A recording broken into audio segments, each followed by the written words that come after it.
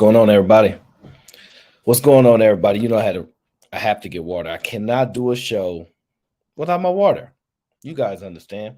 Sorry about the delay. Sorry about the delay, my brother, but I had to get some water. You know how I go.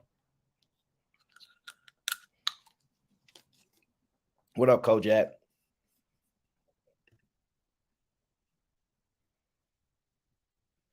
Yeah.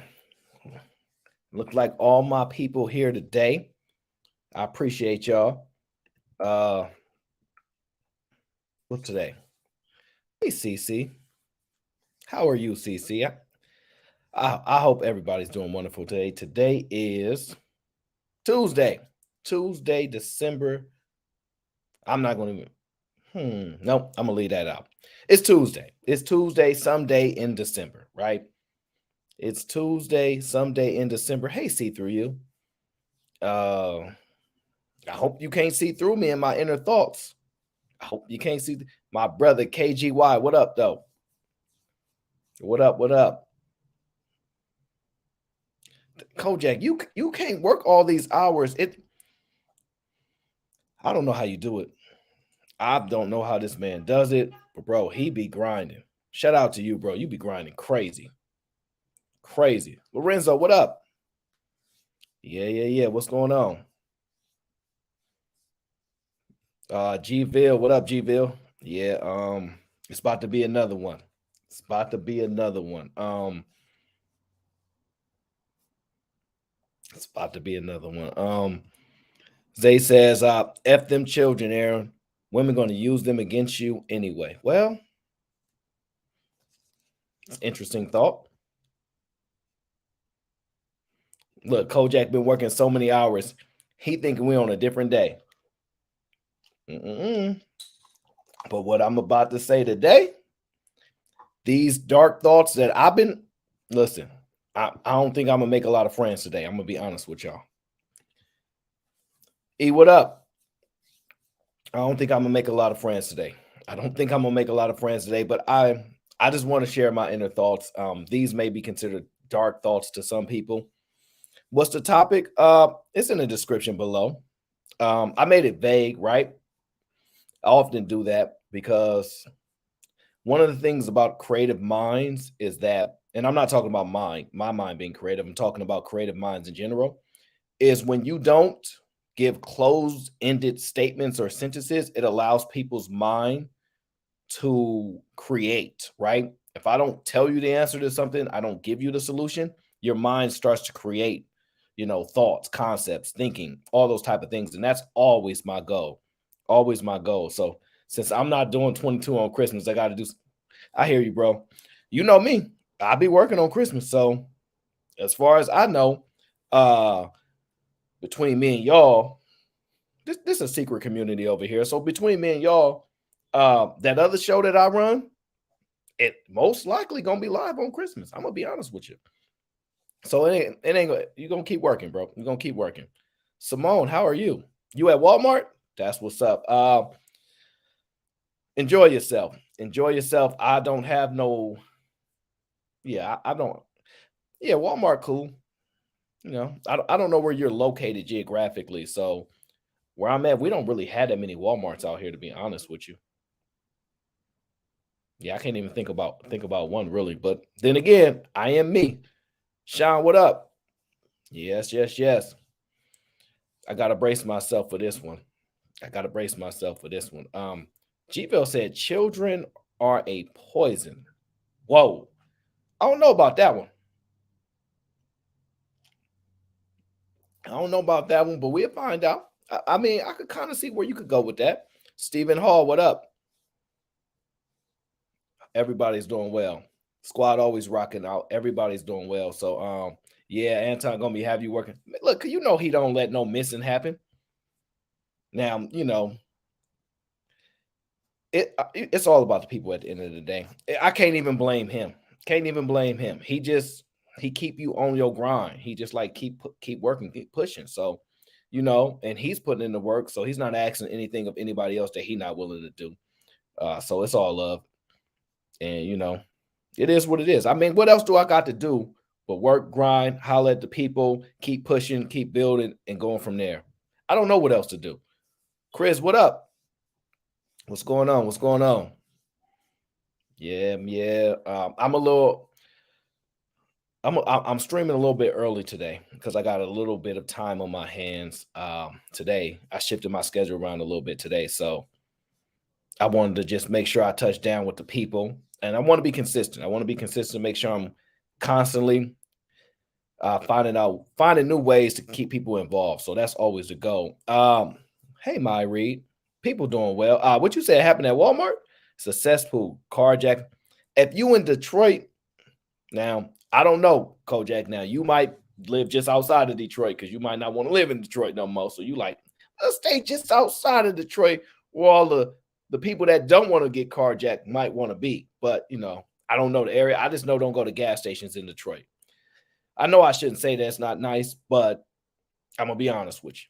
I ain't going to no gas station in Detroit. Nope, not gonna do it. I wonder what horrors await Overdrive. You about to find out. You stick around long enough, you about to find out. But I don't know. It depends on the men and it depends on the women. Because everybody reacts differently depending on how things go. So what Simone says, Target line's probably too long right now, so I'm at Walmart. Yeah, I understand. Most people pretty much doing a lot of online ordering anyway, but it's some things that you need immediately. You just can't wait online. And most of us is black people, so we probably shopping late, doing things late, not being prepared. Unfortunately, it is what it is. Mr. Aaron, don't start talking about Detroit. Now you're not ready to go ice fishing. Listen, I'm thinking about it. Listen, I love Detroit. I ain't never been. I got family in Detroit though. They come out here and visit us. They was like, yeah, you got to come back, come visit us in Detroit since we came to the Bay. And I was like, oh yeah, for sure. Yeah, I'm gonna holler at y'all. I didn't go. But my brother went. He went and represented. So good enough. Good enough. See, y'all don't have a single Walmart in the city that's proper. You know how I go, bro. You know how I go. E, my guy, E, what up, fam? What's up? What's up? What's up, man? We just chilling. We just chilling. Giving the people some time and giving myself some time to collect my thoughts because this is a show. And shout out to Cheeky because the concept of his random thoughts kind of made me go, you know what?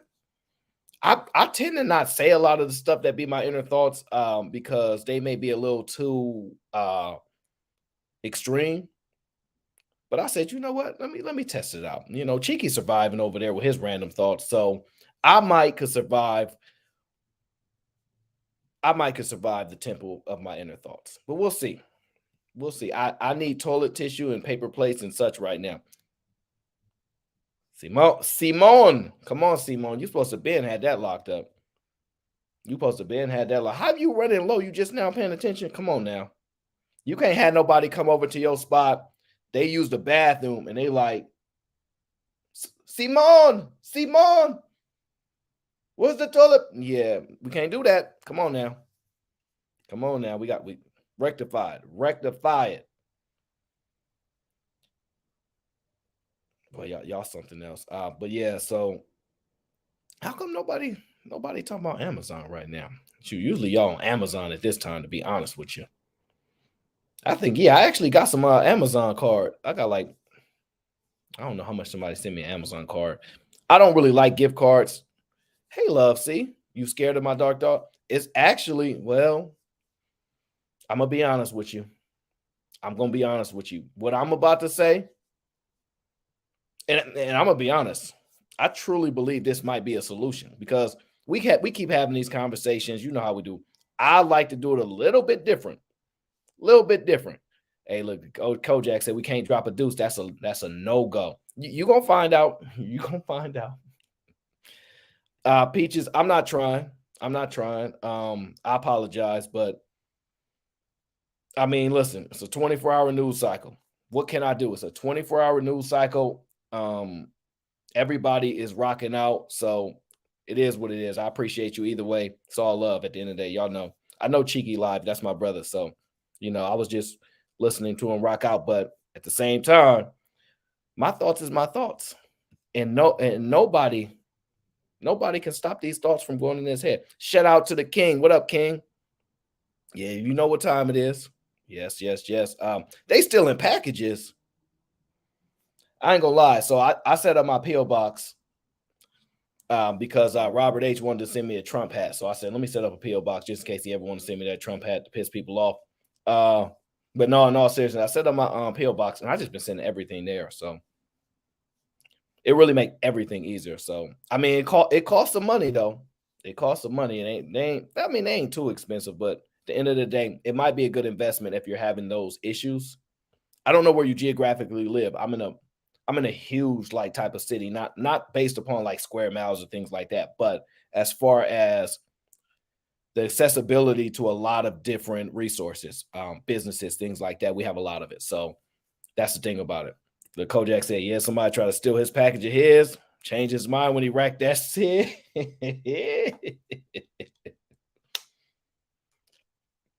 If I go buy any house that says Kojak name on it, I ain't gonna take no packages.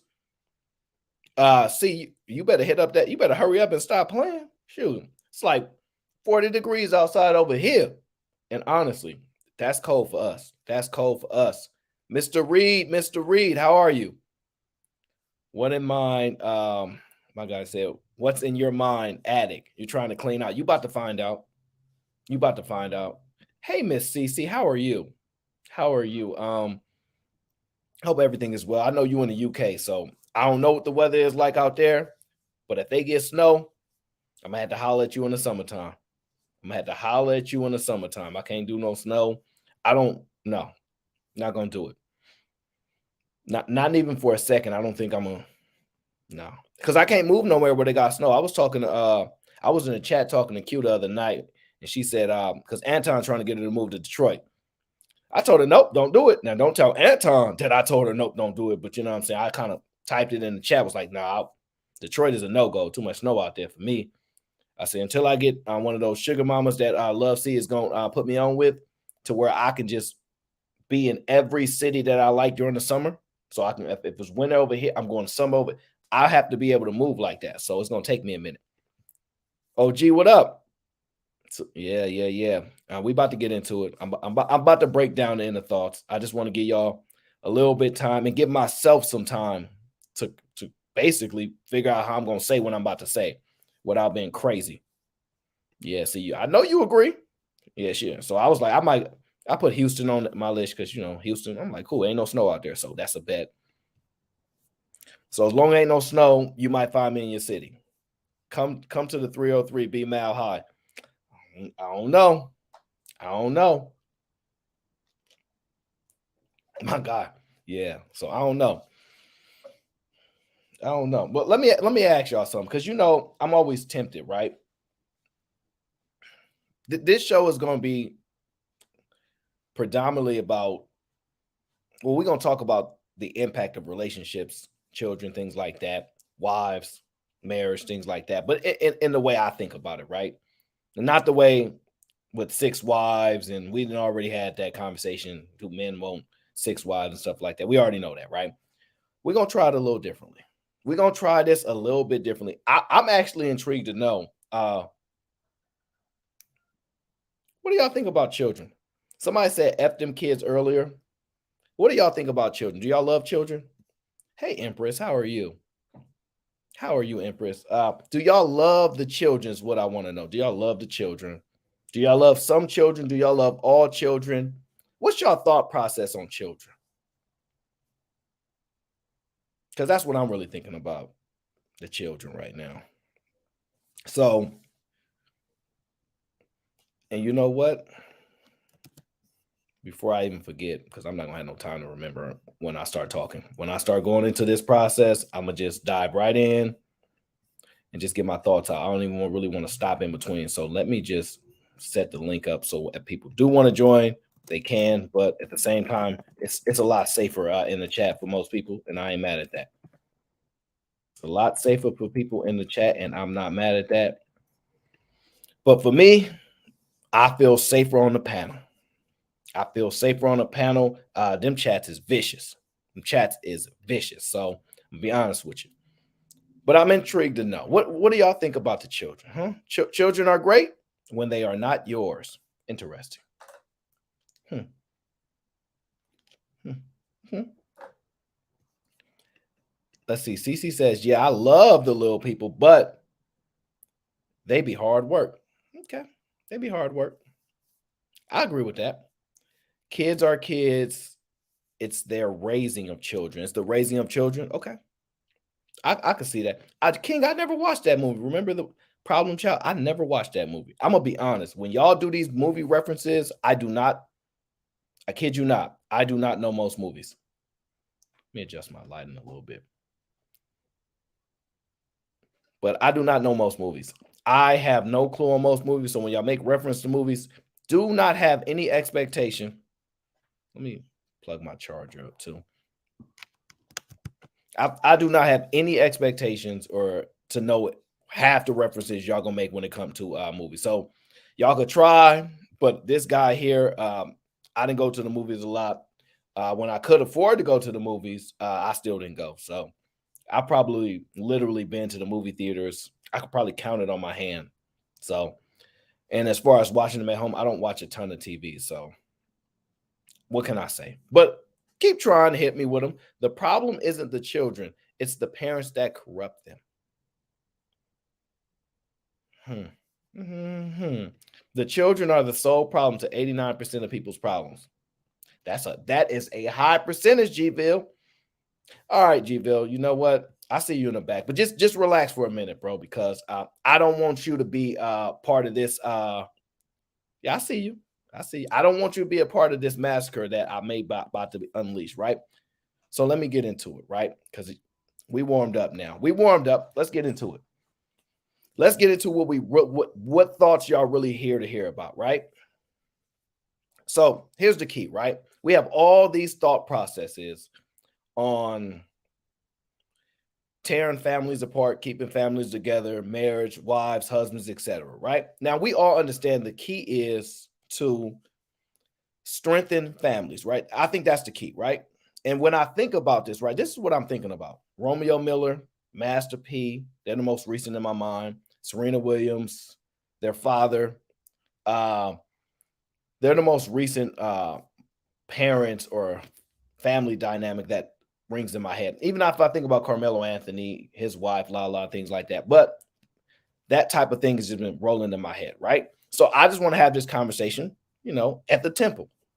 Now, as y'all know, you must proceed with caution. If once y'all hit the like button, because y'all been doing me dirty on my likes. Once y'all hit the like button and once y'all hit enter the stream, you guys have entered these thoughts. And once you hear these thoughts, you cannot unhear them. Once you hear these thoughts, you cannot unhear them. You cannot deny them. And you cannot run from what I'm about to say is going to make you think. So here's the most important thing we got to do, right? To strengthen families, right? Most important thing we got to do, and I know y'all have heard this, but y'all haven't heard it in this way,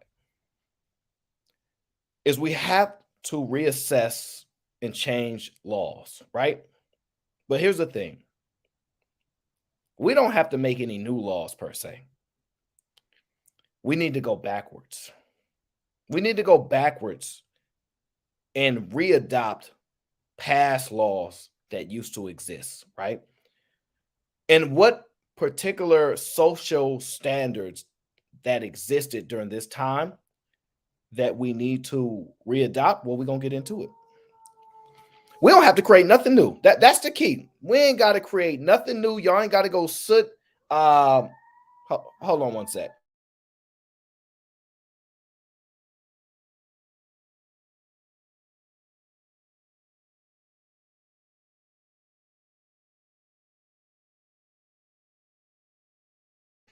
There's like fire trucks going around. I don't want to mess with the audio, right? So we ain't got to invent nothing new, right?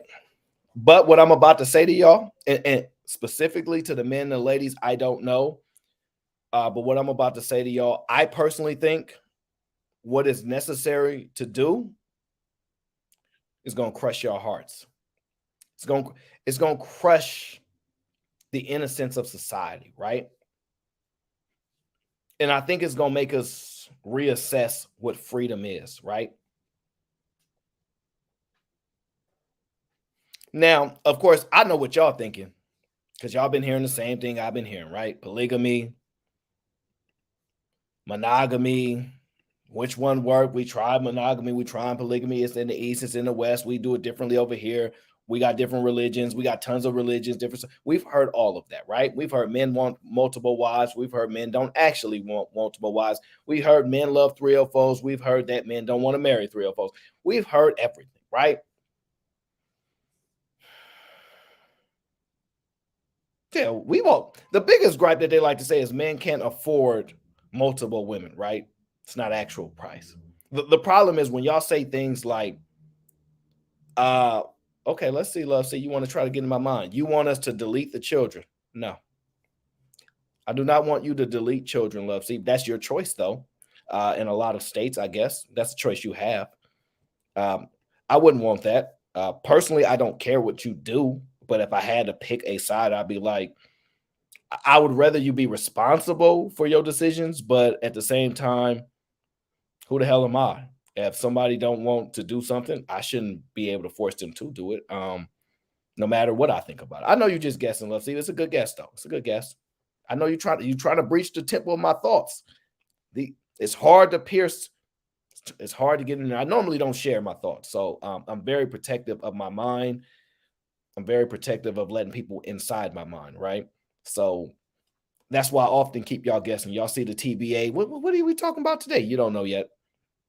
You don't know yet because I want to talk about what I want to talk about. I don't want somebody to see my stream and go, let's talk about what Aaron talked about before I get to talk to it. Before I get to talk about it, I don't want nobody else talking about it because I want y'all to know they want to talk about it because I'm talking about it. Y'all done seen it. But let's just be honest. We've lowered the value of marriage, right? We've lowered the value of marriage. We've lowered the value of being a wife, right? You want us to go back to our baby daddies. Nope. So Nasia said, I'm not going out. Listen, you my girl. You ain't got to go back to listen. This is not what this thoughts is about. But I want you to think. Keep pushing out your thoughts into the comments. Like run them up because I really want to see where your mind goes when I say these things, right? I'm here to start to spark something, right? I'm also here to say unpopular things that I truly believe, truly think. Doesn't mean that they're in concrete, meaning that doesn't mean I believe in totality, like this is the definitive outcome. When I do, I will tell you, but I do think we should discuss it. And so I have thought that we need to, and a lot of it is laws, right? A lot of laws have changed to where boyfriend and girlfriend can get some protections that marriage used to afford. So and I see you, E. I'm gonna bring you up right after I say this, what I'm about to say. And you might like it, you might not. You might like it, you might not. But we gotta empower again the family, the wife, the husband, the marriage, right? Because nowadays you're hearing women say, well, she can get the same thing as the wife can get. He got a car, she get a car, I get a car. She get a house, I get a house. What the hell makes me so much better that I get to swipe his credit card at the bank account? We need to qualify to have children. Well, I don't think that's something that we can quantify, right? I do think it's reasonable to say that though, but I don't know how we can because we don't have that in current society, and I don't want to take away people's freedom to do what they want, but I do want to enact some responsibility, right? Sal, what up? My guy, Sal, I appreciate you. But I understand what you're saying, security boss. I do. I do. I don't know if we can enact that. If we can find a way that we can point into a time in history. See, when you say that, right? It used to be the women actually did that. Every guy didn't get a chance to reproduce. They didn't. So it used to be somewhat of a social construct of what we had qualifying, right? Nowadays, the bar is lowered for whatever reasons, right? We have these conversations. Most men are soft. Women are not traditional. yada yada yada yada, right? Well, that's fine, right? It is what it is. We're modern, we're evolving, right? But here's the truth. Now you want to brace yourself. Here's the truth.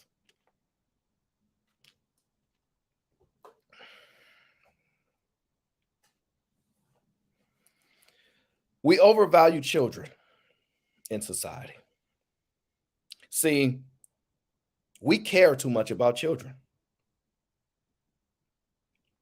They're the most innocent. Oh, the children, they're innocent. I love my children more than my husband. Look, bro, Durlong himself said, my wife, she below my children. I don't know if that's biblical or whatever the case is, but I'm like, this is crazy. It ain't never really used to be like that, but that's how far we've got. And it's probably because I think we overvalue children. We think children are so innocent and we need to care for them and we need to protect them and all these things. They're overvalued. And I know that's not a popular thing to say because you have children and you value your children. But I'm about to tell you now, we need to devalue children. Oh, yes. Oh, yes. The fix for a lot of the issues is devaluing children and increasing responsibility. What does that mean? We both know, and he can speak to this. A lot of women don't really leave they man, when the man cheats, a lot of women don't really leave, right? They try to figure it out. They try to go to counseling. They try to solve for the reason, right? But there's one thing that most women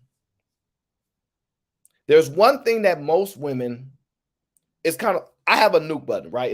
It's certain things that a woman that's dealing with me can't say, right? And I've talked about it. There's a nuke button. You say that, it's really not a comeback for you. You ain't gonna disrespect me.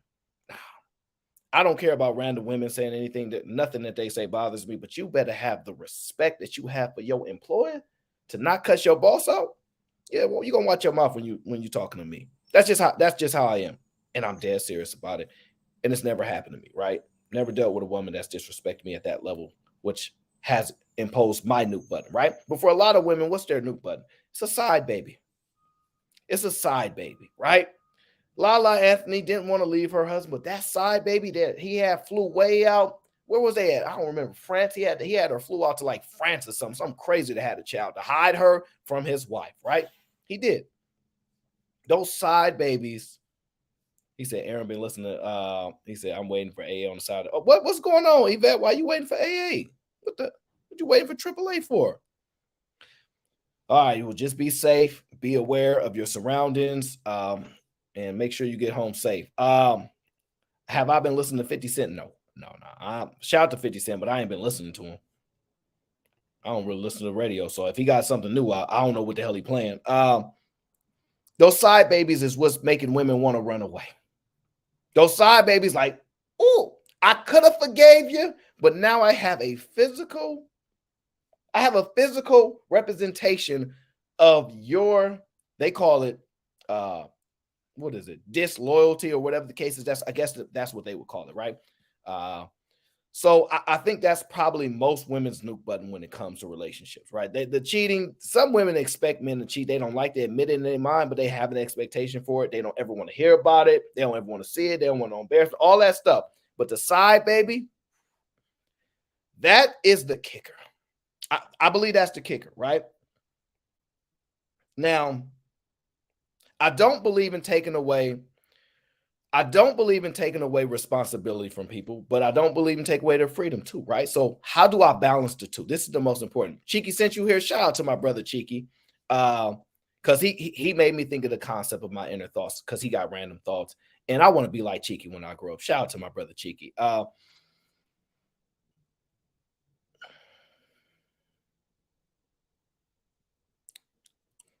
This is what I impose, right? And y'all tell me, y'all not gonna like it, but it's the truth. This is the truth. This is shout out to Fatty Sapton Kid. You feel like that now, but this is what I think. This is what my inner thoughts are. Tell me where I'm off at, right? The devaluing of children is necessary for society again, right? Y'all familiar with the history? I gotta be dark. of children. Ooh, I'm gonna be real dark right now. That they used to feed the alligators, right? Y'all familiar with that? Y'all familiar with children during certain times of history? They was just feeding the alligators. Yeah, get these children the alligators. We need to do this. Any child, let me drink some water before I say this, E. I know, E. I know you anticipating. I got you, bro. I got you. I'm gonna say it. Any child, and this is my goal, right? This is my goal, and I'm gonna bring you up in just a second. This is my goal, to strengthen the families, to strengthen wives. I definitely am, because I wouldn't normally talk about this, but y'all asked for my inner thoughts. This is the temple of my inner thoughts, and so it is what it is. A lot of people ain't gonna like me, but I'm gonna say it. Oh, my people up in here, they ain't gonna like me, but I'm gonna say it. Any child that's not made in the confinements of a marriage has no protection of laws when it comes to guardianship and financial responsibility. Meaning, if either man decides to have a side baby with a woman he's not married to, he has no financial obligation to that child. He has no guardianship obligation to that child. We are going to bring back the bastards. Yeah, we're going to bring back the bastards. I know you're not going to like that. I know that it's not popular because y'all think that children are innocent and they're overly valuable. But I think that because we have altered society so much for the emotions of some men, some women, that we look at children as they're so important. They're not. They're so innocent. I don't care. I need the bigger picture. And the bigger picture is that if we need families, if we need to strengthen the position of a wife, to separate her from a side woman, to where she actually feels there's a difference between a side woman and a wife, because at this point, we can't tell the difference. I know, CC, I said it's going to hurt your heart. I said you're not going to like it. But no. But see, this is another thing, right? Because y'all want freedom, right? Y'all want freedom, right? Well, you can do whatever you want with a consequence. If you want to mess with a married man, you got the right to do it. But I recommend that you don't do it, because you think getting a baby was going to get you out of poverty? It ain't. You think messing with them rappers is going to get you in a... It ain't. Because if you're not his wife, you get nothing. That man don't have to be nowhere near in that child's life. And you know what? Society going to have to get along with it. Say F them kids. And that's the honest to God truth. That is what is required to strengthen the position of a wife, to really, truly make her understand that ain't got nothing to do with us. You a wife. Now you see the bigger difference of being somebody's wife as aside from being somebody's plaything, right? Now you see that, look here, think about it, right? When you, and let me bring the people up. I'll bring the people up, right?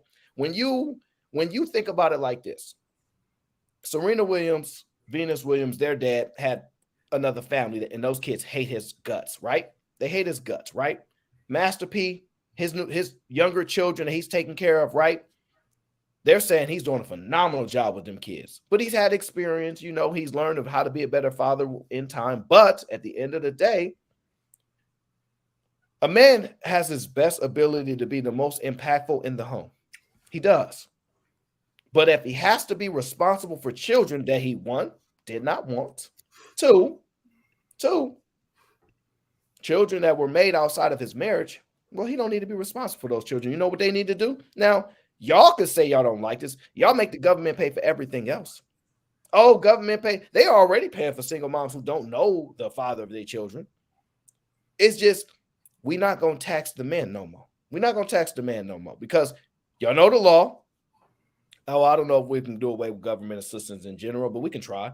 But y'all know the laws, right? Y'all know them. Ladies, y'all know if that man's not your husband, you can have a kid and you can walk around and stay in poverty the way you was living before you thought you could trap him. And you can't have none of his money. Oh, yeah. Oh, it's bad. Oh, it's bad for y'all, but I'm going to be honest with you. The same way y'all can dissolve said child for y'all, whatever discretion, yeah, these bastards will exist. They'll run around society. They will exist. But that's life. It's a lot of kids running around with no damn value. Oh, that sucks. It is what it is. But I truly believe going back and making these children bastards in society, conforming with it, and making sure men don't have no responsibility financially, guardianship, or nothing for these children will either one, show y'all that women are just as evil as y'all think they are, or the men are not as the biggest reasons that you think it really is, the leadership, all this stuff. No, the women would fall in line or they wouldn't. We don't know. But I truly believe that is one of the ways that you elevate a woman above other women. Truly believe we need to start pushing standards back to showing that women that aren't wives, the difference that you get, the experience that you get when you're not a wife. Because right now, they're damn near identical. But those are my thoughts. It's not in concrete, but I did want to get them out. I like to hear what you guys think about it. I agree. I actually agree. I think that if the children are not made within wedlock, they shouldn't have no entitlements to the dad's wealth. I actually say, Aaron, I agree to it. And the reason I agree to it because I think it'll put more value on marriage in general. So, but 100%, they shouldn't have any benefits. They already don't. You right, man. If you have a kid out of wedlock, the father has the kid has no entitlement to the inheritance of the father. The kid has to be legitimized by the father. You have to go to court and file, or you go mediation and you have to be on at birth. You got to be put on that birth certificate for the affidavit of parentage. It's Aaron O, you went through this situation before? Brother, I'm just listening to you speak, brother. Go ahead. If you have a kid out of wedlock, the child has zero rights unless that child, you and that mother are doing an affidavit of parentage at the hospital and you're on that birth certificate. In some states it's different. But even then, if that's not sufficient, the child is deemed a natural born child. You have to file at courts, get an affidavit of parentage and a DNA test, and then when the child is legitimized, it's as if y'all were married. But if the child is born out of wedlock, the man has zero rights, and the kid does not get his father's inheritance. I think what you can confusing right with my statement is I don't give a damn if this kid is biologically his. I was talking to E-Man, not you. I know, but I'm just making sure people understand those kids can be biologically his. They still don't get no money. I'm not disagreeing with you. They still not getting nothing. I'm not disagreeing. Nothing. They can go run the test and everything. Like, damn, that's really his kid. Yep, them his kids. He don't even talk to them. Yeah, it sucks. Oh well. What do you think, Fatty? What I was about to go ahead, Ali. Finish. So what if a father? Okay, if you take it, let's say the mother made the mistake. Let's say a mother and the father didn't want the child, like you said, it could be a situation like that. But the father goes, "I want to be there for my child, and I want my child to get the inheritance." And I would marry the woman, but the woman is not listening to the man. Are you telling them to still get married and go crazy in the household, or what do you suggest, Aaron? Because there's a lot of situations where you see men trying to be fathers, they catch a lot of hell. And then the father and the man who supposedly don't engage with the mother and the mother wasn't on his page, then he still catches hell too. Either way, man are catching hell. Unless a woman wants to be on that man's page, but they would be married, like you said. Well, let me bring my brother Ricky up to speed. So real quick, Rick, I'm gonna make a quick synopsis of the conversation. Any child born outside of wedlock, no man shall deem any financial guardian responsibility over said child. You do not have to pay for that child. You do not have to take care of that child. That child is a bastard. We are bringing back what we believe, what I believe might be necessary to separate once more. And I think that this will put a responsibility back on people at some of the highest levels. I think that tricking people into trapping people and things like that will really, really, really make people think differently. No different than a sign that says, if you walk 10 steps, you'll fall off this cliff, and they see a cliff and people say, I'm going to make a different decision. I think that this will push the conversation differently than what we've been having. I think that we've watered down society so much that we overvalue children. We have this love of innocence. And I don't know if it's the women's influence over men. I don't know what it is. But we all of a sudden look at children as if they're the most important thing in life, the most precious thing in life. And I'm gonna just tell you like this, as a ruthless individual, I don't care. Yeah, I don't care. And yes, my heart can be weak. I can see a child on the street starving. I will feel a little bad, Are you and going to punt? it Are you is. going to punt him or something like that, Tyron? No. I don't think bringing harm to somebody is necessary because they do have rights as Okay, no individuals. Right? punting, just speeding. No, I just won't give a damn, right? Yeah, And you could call it heartless, but I would say we always want to push responsibility of somebody else that ain't got nothing to do with the situation. it's fine. It's fine. It's Emotion fine. on somebody else. I'm not saying you fatty. I'm just carrying it out because Ricky want to get updated. I put emotions on other people. I say no. Put them where they belong. Go ahead, Ali. I'm sorry I cut you off. I do. I mean, I think there needs to be some type of shaming towards the woman if that woman is moving in that capacity and she's not trying to honor the man. But I don't. I disagree with the part of making the kids suffer because Shaming of what doesn't. Shaming doesn't work anymore, Ali. We are not on the I know. village anymore. I know, but it's just still You it's a can just difficult. exchange village and. Yo, what the hell did Ali do? Oh Jesus Christ! Come on, guys. What the hell did Ali? Ali, I was not expecting that. Why? Whoa. Guess we're gonna be talking to Ali. Hey, my brother. I want to. I really want to save you, but Portuguese economy, bro. I only get money on the 33rd. Go ahead, Mark. I think Marcus was trying to speak. I apologize. Go ahead, Marcus. No, so I think it's an interesting argument. I 100% do believe kids are some of the most important things in life. That is my fault. It's your gateway to the future. It's our biological imperative. It's technically what we were made to do. But the argument about people being able to use child support or putting a child on somebody, if you really want to like look at this, a comparison can be made from men graping, which is taking the thing that women are in control of and putting a baby on a man. You're taking a relationship that he was in control of. It's an interesting dichotomy. You understand what I'm saying? You're forced to have an 18-year relationship with somebody by forcing them to have this child if they didn't want one. It's the same way we guard relationships, they guard sex. If I could force you to, you know what I'm saying, to give me what you guard, you can also force me. You get what I'm saying? I think clear enough. I think it should be a choice. I think a man should have the right to say, I want to financially provide for this child, or I do not want to financially provide. I think that's choice. Okay. So I believe that I don't understand why it's so hard for us to see that they should have a choice. Yeah, but that's very different than enforcing, and this is why I disagree with Aaron. First of all, Jon Snow was a bastard. He did save everyone. That's the first one, right? The second one is, let's be honest, this is a draconian measure to punish the woman. This has nothing to do with the kid, right? Child support should be for the kid. All the government system, like, it's not for the mother, it's for the kid. The housing, all that. Me and Sway talked about this 2 months ago or something like that, about Section 8 and like kids that are able to be raised on a system, then because they have housing and they have bills taken care of, then they propel them for out of the system so they can become somebody, right? So when you're talking about this, I don't agree with cutting, like, how do you Americans say? Cut your face to cut your nose to spite your face or something like that. I think you are trying to punish women and you're trying to enforce a boundary where a woman is not going to have kids out of wedlock, but the women that are going to pursue that shit, their kids are going to be heavily penalized, and they're probably going to be victims of the same. It will become a snowball effect, right? So trying to fix a problem, I'm afraid that you are creating a bigger problem on the other side. Actually, so we already had government assistance.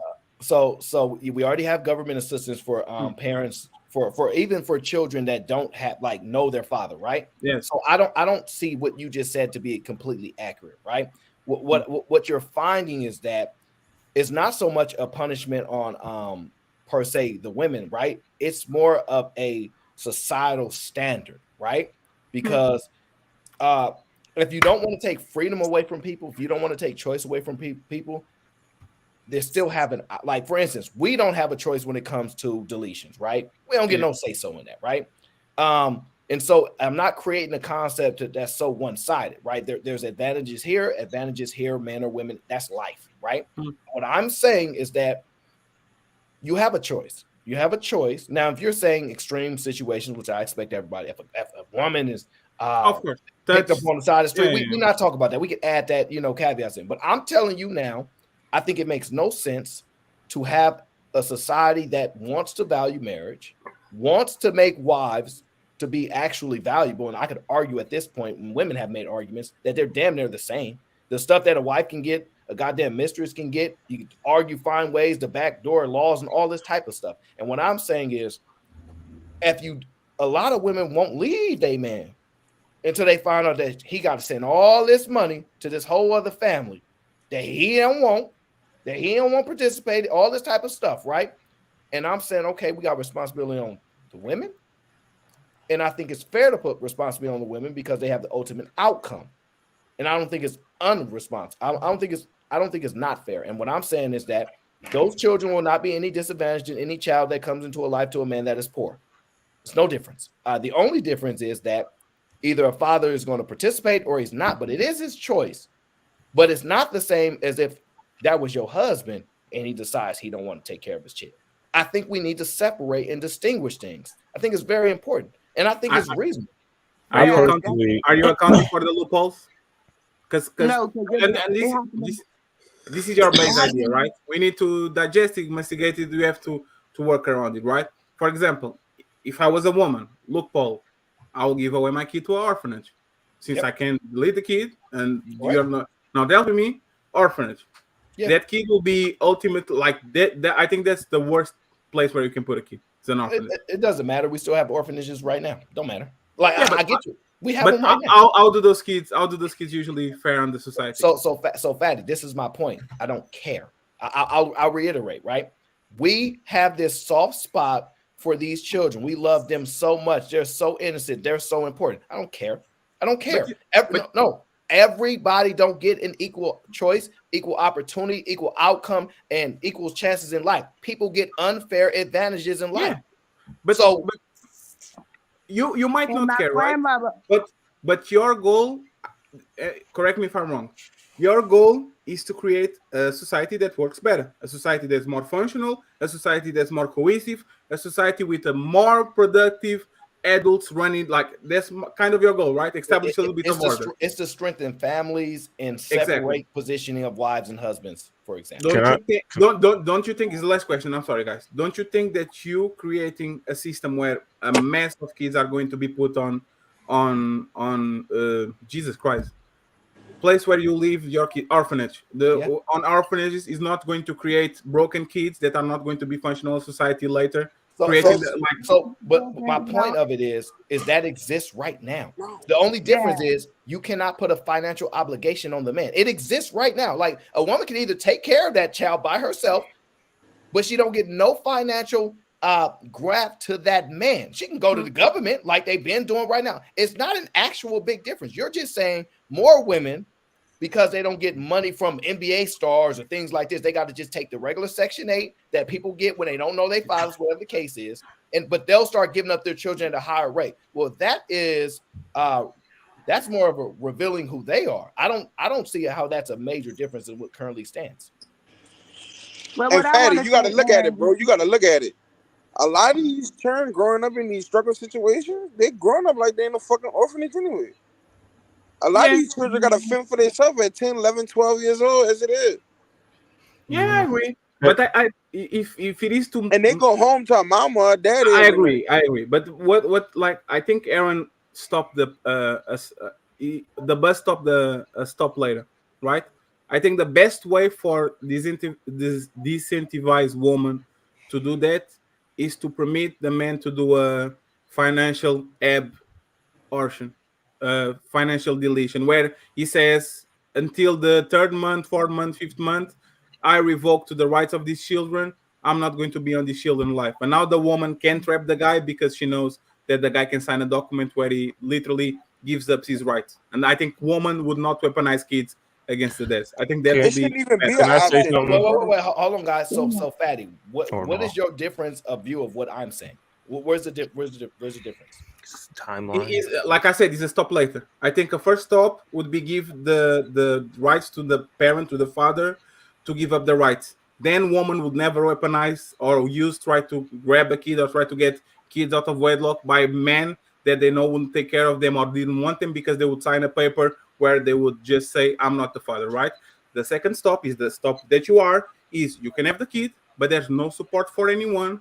The every father that is not on wedlock is not obligated to take care of the kid, and then you are on your own. I think there's a lot of men that, even though they are not married with women, they still want to be a part of the life of the kid, and they still want to have a role. They So I still think, have that choice. That's not yeah. true. So I think you should. My only difference, I think you should stop one. You should stop before. Okay, I get what you're saying, but because we kind of somewhat have an agreement. I would say the difference is mine is default law. See, I think what yours is just more like it's optional. Yeah. You got to go and make Yeah, this. it's Yeah, I gotta about, go in and yeah, sign for these default papers. law. exactly. Right, and feelings. Well, my grandmother had Me and children. my husband. My grandmother had children. Shut up. You never gonna know what a wife is. Whole ass nigga. My grandmother had So children by her husband, 2 children by her husband. Her husband died, and then she had children outside of the marriage. Those 6 children never got to say daddy because she had children with somebody else's husband. Okay? Now, I used to ask my mother, did you feel funny not having, like, ever saying the word daddy? She said no. It never bothered her. But that just seemed weird to me. Her and her sisters under her and her brothers, they never got to say daddy. Ever. Or dad. And they said they didn't miss it because they didn't know what it was anyway. They had their papa. My grandmother's father, but they didn't have a father of their own because their father was married to somebody else up the road. This happened in Georgia. And my mom told me that's what they did back then. And in my grandmother's day, they didn't use the word illegitimate. They used bastard. Now, when you call a child a bastard, that make a person feel away. Don't call my child no bastard. But his illegitimate child is a bastard. That's That's what what they you is. are. But a lot of people, single mothers, get offended when you say that. But that's what it is. You brought a bastard into this world. However, the difference between you and me is I got to know mine and you didn't. Hold on. Let me answer security boss question. And mind you, security boss, this is my new concept show where it's just my some of this show has dark thoughts, but this is normally my inner thoughts. This is a little dark. So in that sense, I get your question. It's more of they got to make a decision, right? When the child is born, they got to decide if they're gonna be married or not in order to certify that child basically to be of married parents. It's like a small window there, as you know, because a woman could be like, I didn't know I was pregnant. He like whatever the case is. It's a small window in there where they could be married and still fall within the time frame since they're both single and would fall in the time frame of protection, right? But it's a thought out process. But it's primarily we're talking about the impacts of what happens to married men, unmarried women. But that concept would work for 2 unmarried people having a child. They would get the option, and if they choose not to marry within a certain time frame, then that child would default to not having certain protections under the law. Yeah, it's ruthless. Go ahead, And speak out of the that's house. weird.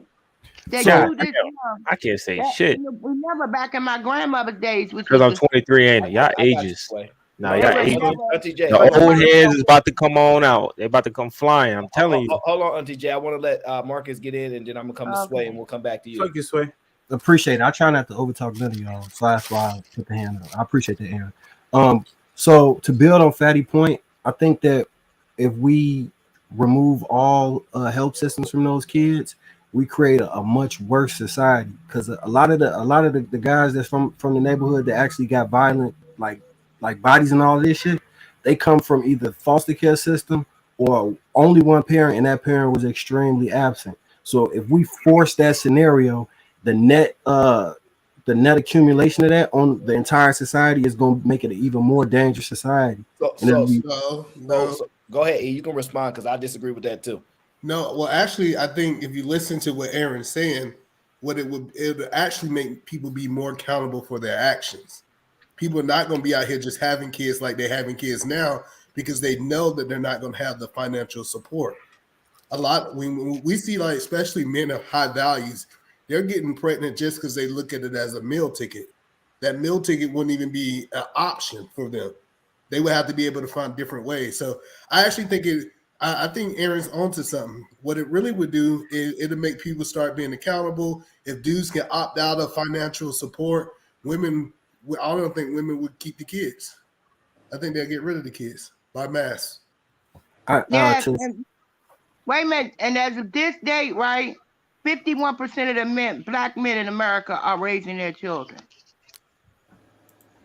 So to respond to E-Man, I think that I'd like to see the numbers on how many actual, since it's such a small percentage of men that are high value men, most of these women having kids are not having them by men that have money that they can milk for child support. A lot of the single parent homes, either the mother produces the money on her own or she receives some type of assistance. And if you remove that assistance, that mother might not be able to put the child in child care so she can work. Aaron never said that. See, yeah, it's almost like y'all not listening. Hold on 1 second, Auntie. He said that they still can go get food stamps. They still can go get. Oh, I missed that part. I didn't hear that part. Yeah, I apologize. he said they can go get all that. They just can't get the man's money. They can go get food stamps, Section 8. They can go get housing. They can go get all that stuff. They're just not entitled to their father's inheritance. And that's what he's saying. So he's not taking away those benefits from them, if that makes sense. You can't get that stuff in my town without, if you go to my city, if you go to get that welfare, you must identify the father's name. At that time, the father is brought in for a DNA test. If he doesn't show up, he's going to be assumed to be a father because the woman stated that he was. And he'll be on child support. Dude, what's the point of the fucking DNA test? So no. Hold on, because y'all going all over the place. Auntie J, hold on. We're going all over the place. I want to come to Sway because it's his turn. So be a little patient. Me and my husband. Because I'm gonna be honest, my chat is looking to be a little ruthless. Say, go ahead, Sway. It's on you. I probably have the most extreme statement. Probably will never ever happen. It's not that extreme. It just probably won't happen. I don't think the government should be involved in these type of civil disputes, in my opinion. I think we need to put more accountability on the people to figure it out themselves. That's just me. I think you say no, but if women, like before, figure out that, hey, this man isn't required to be with me if I have a kid, they're not just going to sleep with any nigga. And I also think that to the marriage one, I mean, I don't think it should be as hard to divorce, and I think everything about like splitting things shouldn't have anything to do with law. Like I think kids should be equal rights. You talk about some random stuff we're not talking about. You said marriage. What did I say, Sway? Eat a man, bring him up to speed. You said marriage. You said or just with a kid or something like that. So it's 2 points. No. So eat a man, bring him. So basically, what we're talking about, if a woman have a child by a man that she's not married to, he's not financially responsible for taking care of that child. Yeah. So the only people that are financially responsible for taking care of their children are people that's in marriage. But if a dude have a baby outside of that, what happens in so many words, he's not obligated to take care of it. I mean, if he's not in marriage, I mean, in my opinion, like I said, I still think they should just figure out themselves. I don't think the government should be involved.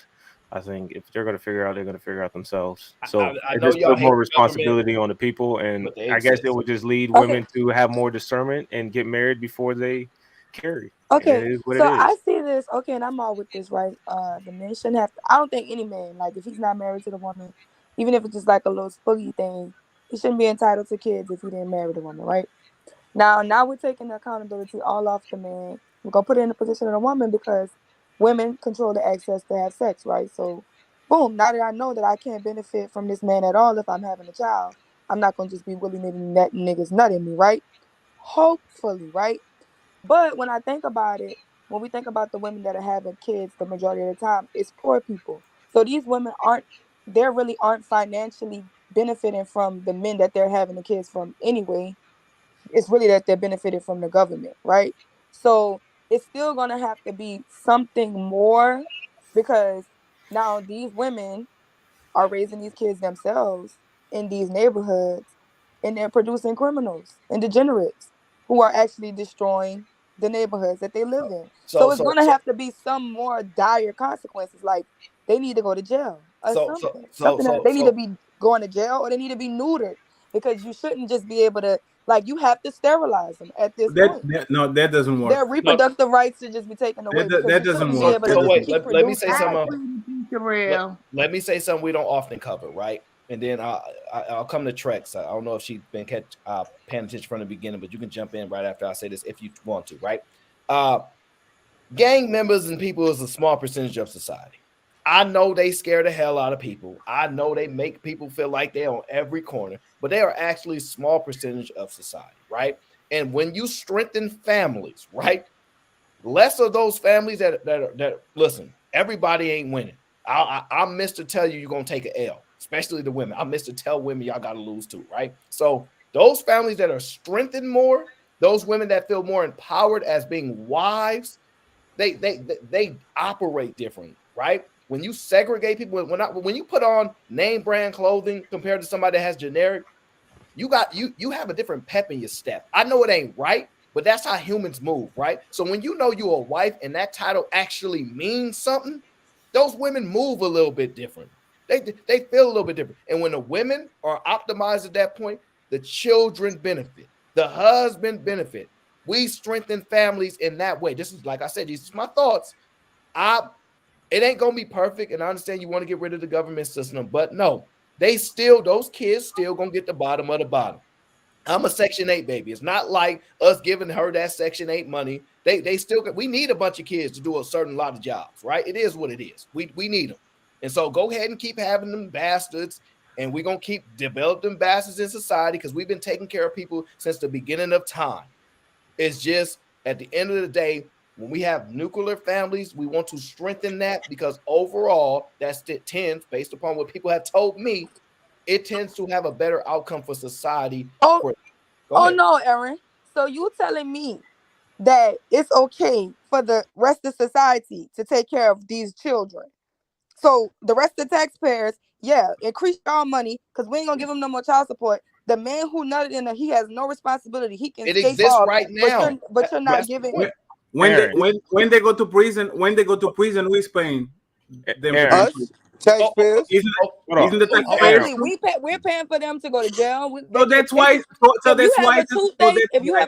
and you don't have dental Sherelle, care, so go that to jail. They'll put your Sherelle, teeth. Sherelle, but that's why it doesn't work. It's better to have those people on outside working, producing for society and paying taxes, than inside of jail being supported by everyone that is working. That's why. But that's what I'm That's saying. why. The poor ones are doing the crime, and they're the Yeah, ones ending up yeah, in but jail. Sherelle, but that's the point. The draconian rules usually don't work. United So wait, States. What wait. is Stop right. what? No. What? Stop right there. Stop right there. Yeah. Hold on. According to What? Sherelle, she Hmm? agrees with Anton. Poor people are evil because she's saying the ones that are doing the crime are poor people, right? Wait. I'm Wait. not saying they're That's evil. what you I'm just just said. They saying heard you say it. that I That's didn't what say they you was just evil. said. Don't put words in my mouth now. Okay, so if you're saying committing crime, like you and Fatty was agreeing, the ones at the bottom, and we got to pay for it, you saying poor people are the ones committing crime. Now, They commit I'm not crime the saying, most. Yes, the poor ones commit crime the most. so Yes. you basically They saying do. those are the evil ones of society.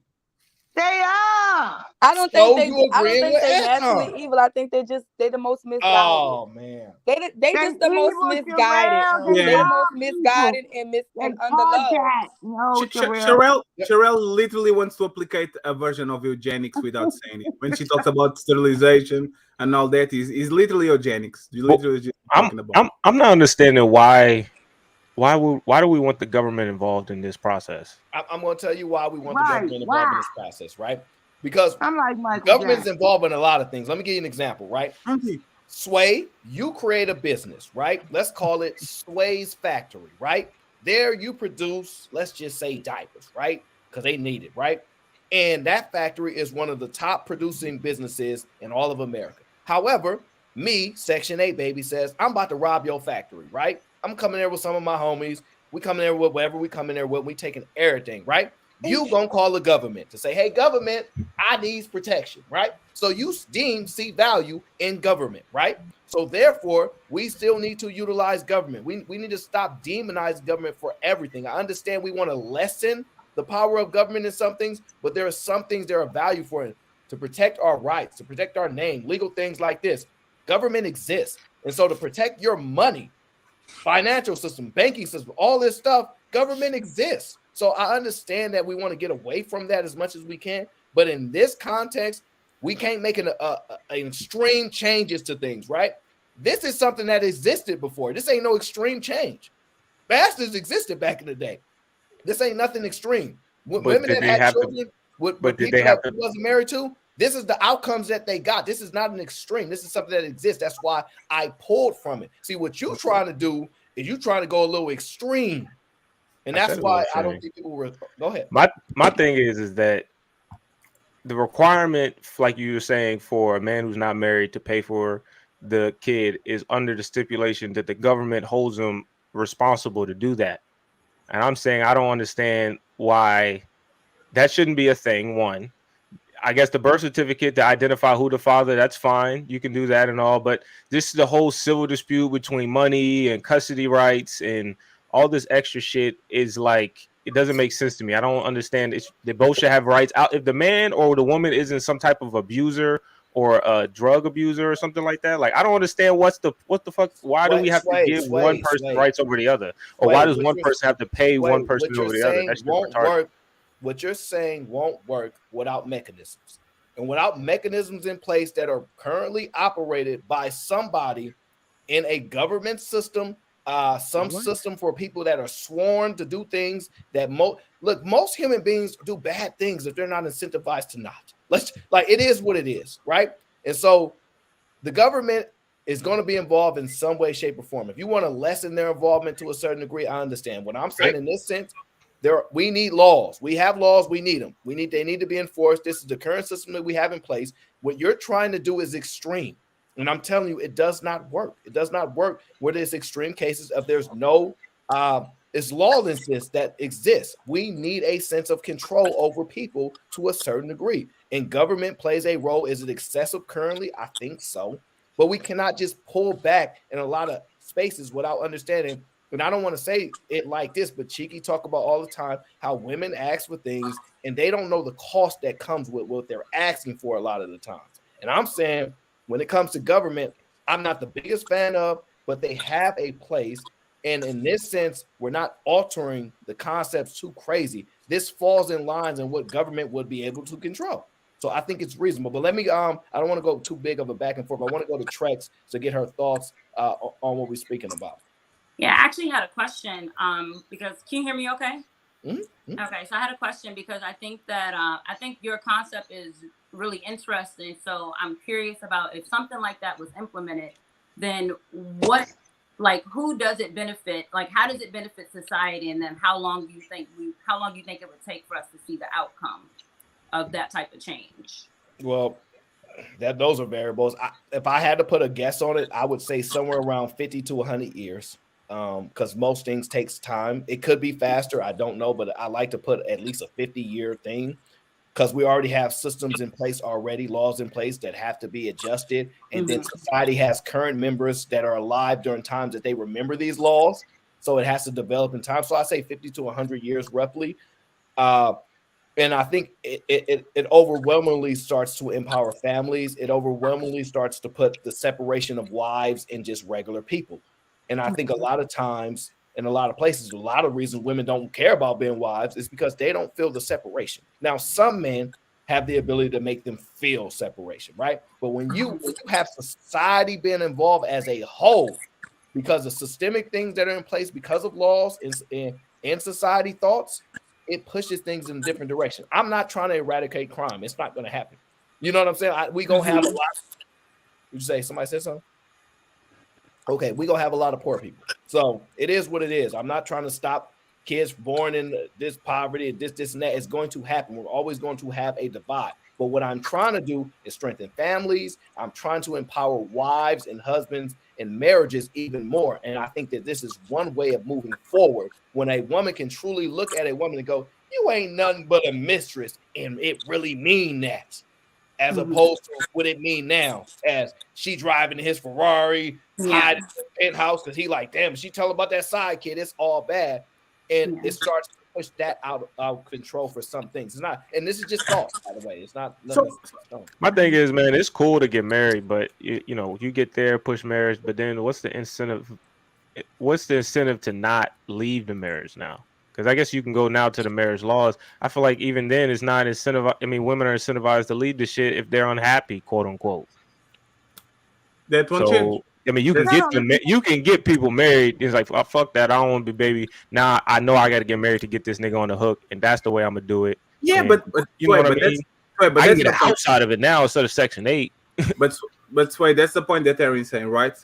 He's trying to increase the barrier of deceiving that a woman has to do to like, for example, if I know I have to put the kid on you, you are a basketball player, now I get 100,000 per month, I'm going to do that. But if I know I have to marry you, I have to have a certain relationship with you, I have to build kind of with you, I have to go live with you, I have to be married with you, and we know that's a little bit different, right? So I think he's trying to increase that barrier. But hey, if women are always going to be opportunists, that's the reality of the game. So if it means that they get married and the divorce rate goes to 99%, hey man, it is what it is. I think at least when they get married, most of the parents, most of the fathers that got the kids, they're probably going to stay on the father's life, on the kid's life. I think the biggest difference between a man that is married and then he separates from the woman and a man that is just having a relationship with the woman and they have kids is that man that is married most of the times is going to stay on the kid's life, and that I think it will help. I think that's a decent balance in terms of discernment. I think it gives women a level of discernment, and then it also gives men a level of discernment with their rings that they give out to women and stuff like that. And you know, they don't have to necessarily be simps. You know, so it is what it is. So I see what you guys are talking about now. Betty, what's the marriage rate in your country? Do they get married a lot over there? Marriage rate in Portugal is I have to see it, but I know that average age is 29 and 33 for men and women of marriage, and divorce rate on the last 10 years is 70%. In your country? Yes. Wow. So these hoes ain't loyal.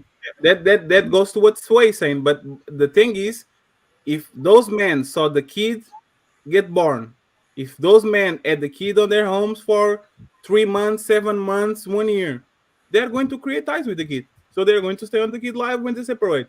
It's way better. It's way better for society than to me have a girlfriend. I fuck you, now I don't like you, and now my resentment for you is going to go on the kid. I think that makes a lot of sense. But yeah, it's kind of ridiculous. You guys keep talking about the black woman this, black woman that. This is a Western woman thing. It's not on my country, on France, on Spain, is almost the same. So Aaron, go ahead, I'm listening. To take care of the children.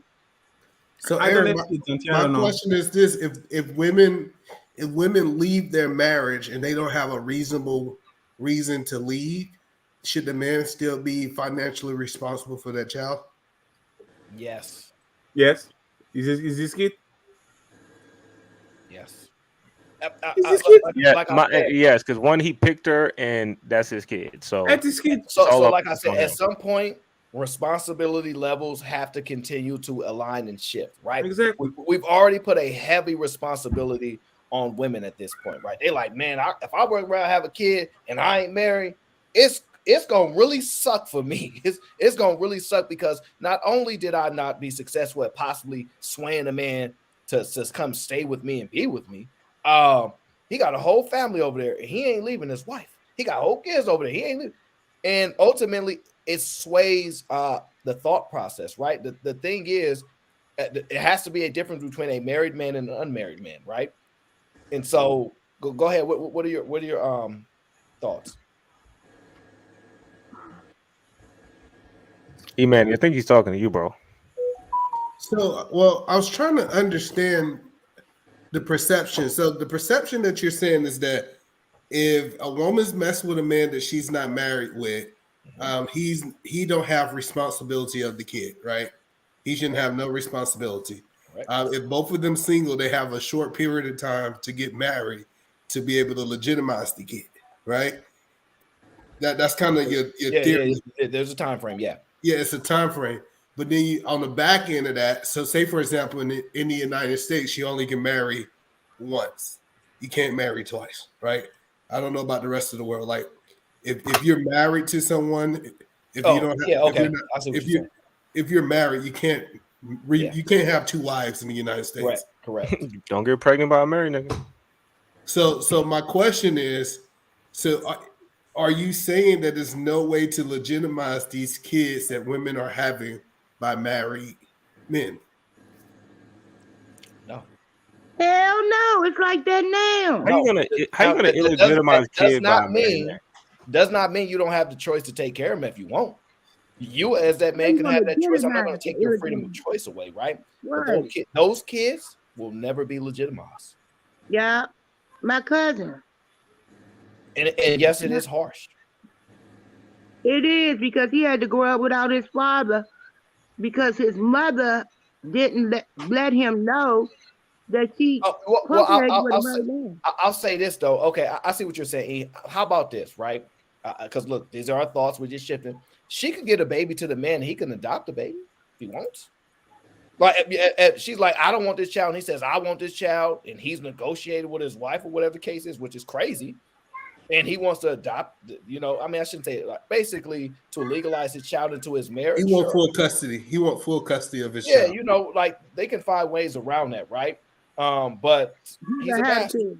The society will forever know that kid is a part of that family, but he's a bastard.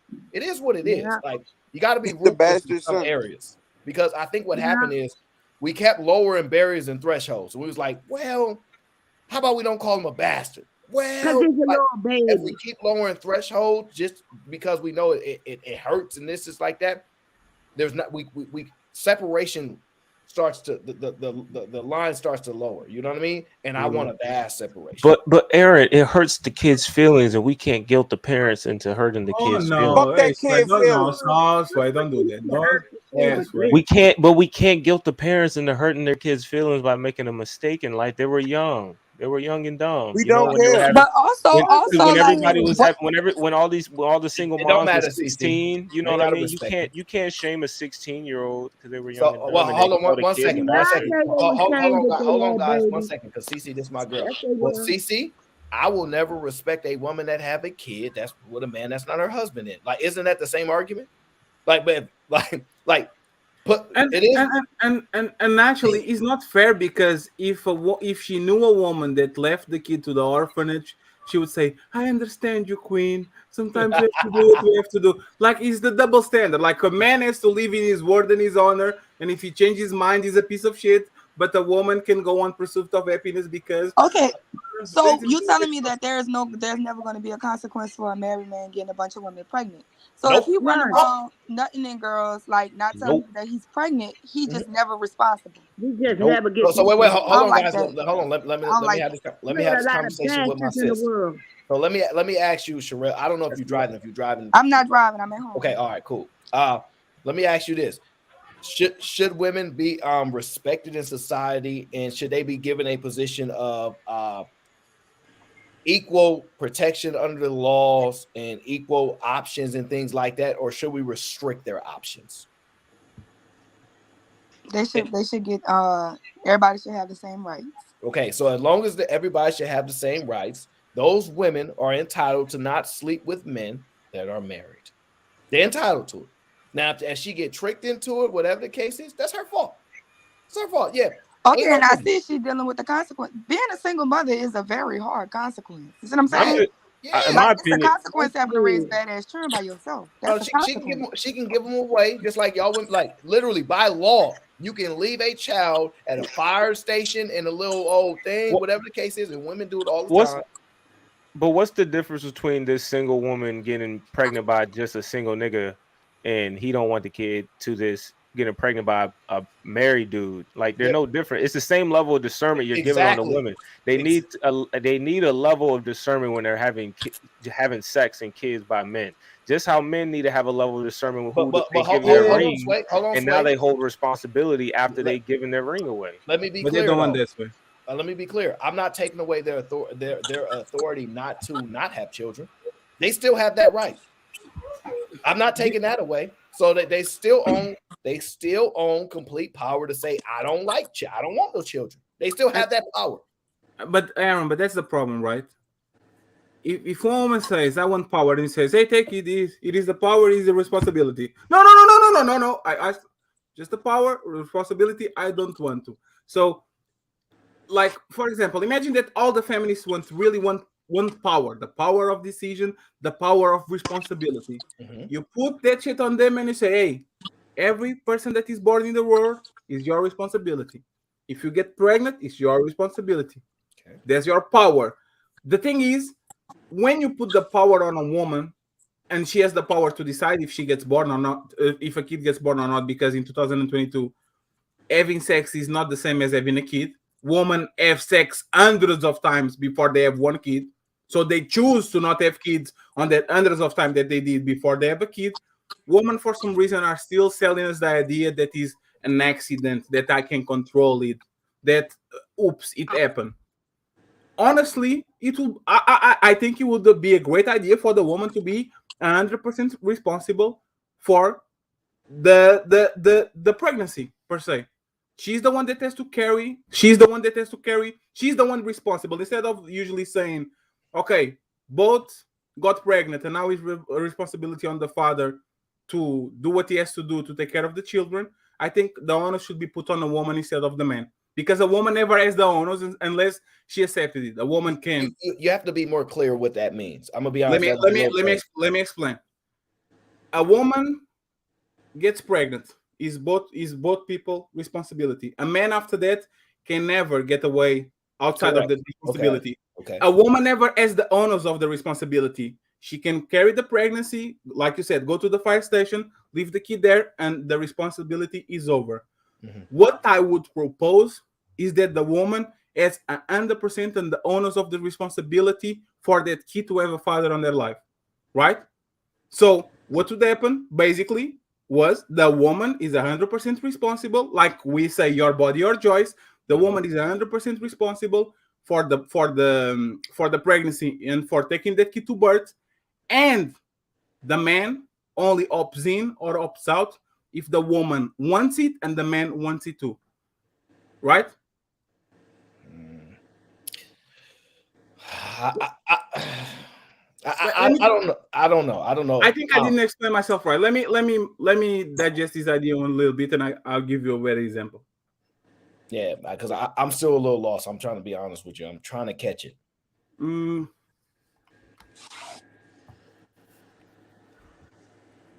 Let me write this down. Give me a second. So okay.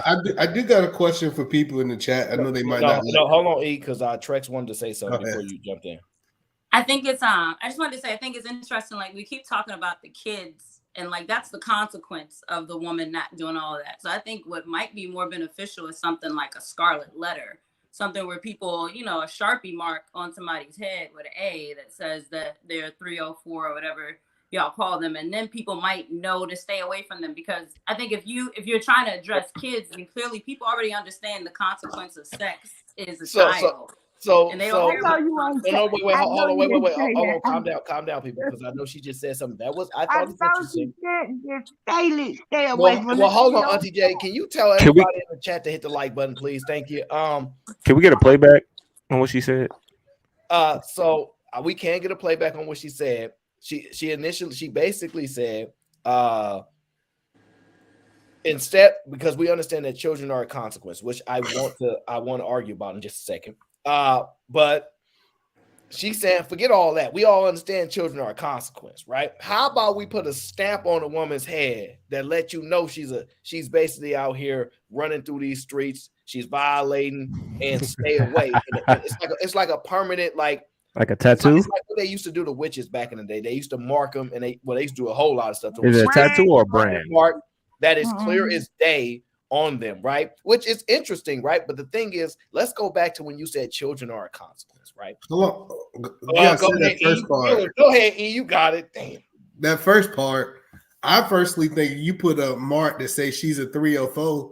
Most modern day guys are gonna be running towards her. They're gonna be running towards these hoes. That's a fact. That's a big fact. If you put a 304 on a 304 forehead, oh my gosh, bro. It's not about the man going there. It's about the fact that the woman is not going to put herself in a position to get the scarlet letter on the head. Bro, she gonna get it, and she gonna get it every day. Hold on. Let's not jump away from what she just said. I don't know what the hell a scarlet letter really is. I don't watch that. Scarlet. No, he's literally adulterous letter.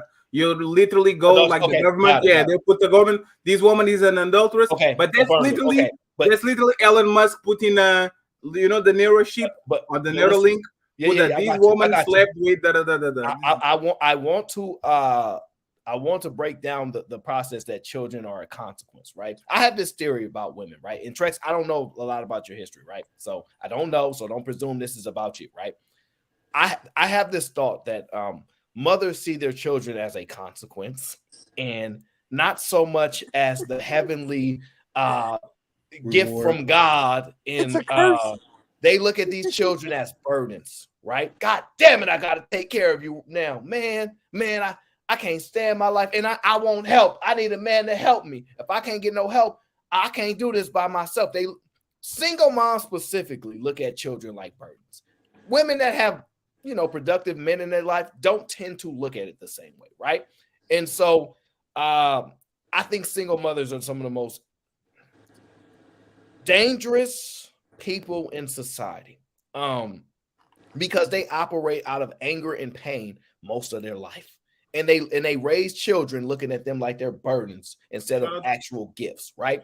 And it's often been like that. And that's why I don't look at children as a consequence. I think a consequence of sex is children can come from it, but I don't look at children as a consequence, right?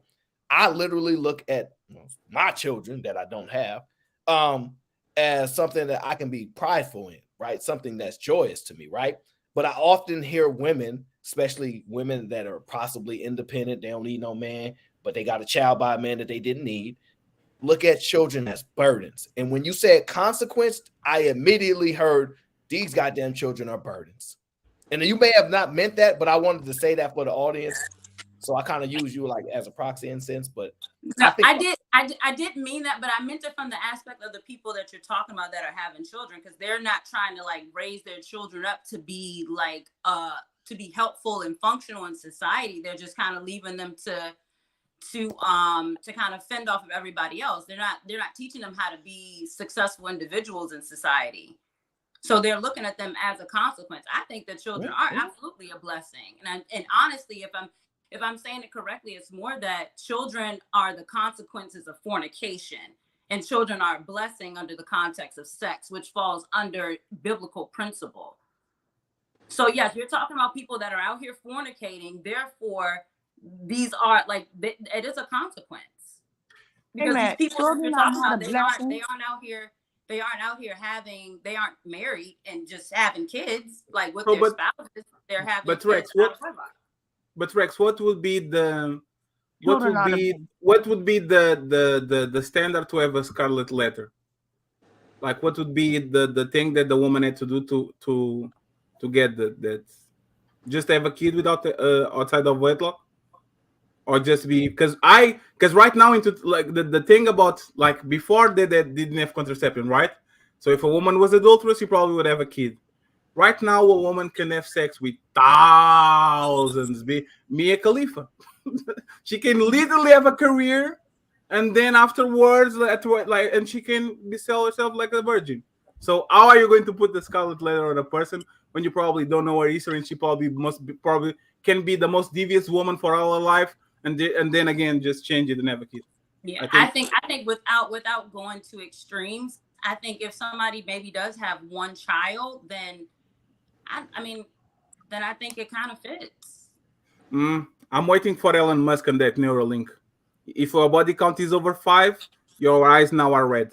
But Forever. nobody's honest about their body count, so that wouldn't Yeah, work. but the Neuralink is going to tell Neuralink gonna tell you. Neuralink is going to tell you. Hold on. Wait, right It's there. not for everybody to know. Hold It's only for the spouse. Hold on, TJ. I gotta say shout out to my brother thinking, man. But I also gotta say this. Are you saying women are not honorable in the sense of they're proud of the people that they open their legs to, and they're not willing to say, I slept with 3 guys and I'm proud of it? You said women are liars and they're not honorable, and we should look at them as such people? Yeah. I think most women are, and they probably won't like the word shame, but I think that when you sit and you reflect and you understand the context of sex and the importance of it and when it should be happening, and I think when you have time and you sit and you take that time, then you understand that there is some shame in you having sex with multiple people and it has not resulted in marriage, or you don't have anything to really show for that. You're just out here having sex. That's where all of these babies are coming from. No, Trex, but that's not the I think we are missing the point, right? Women are not afraid of having sex. They will have gladly and they don't give a fuck. They are ashamed of getting caught. Yeah, it's like the cheater. They are afraid of people knowing their numbers. For example, let me give you an example.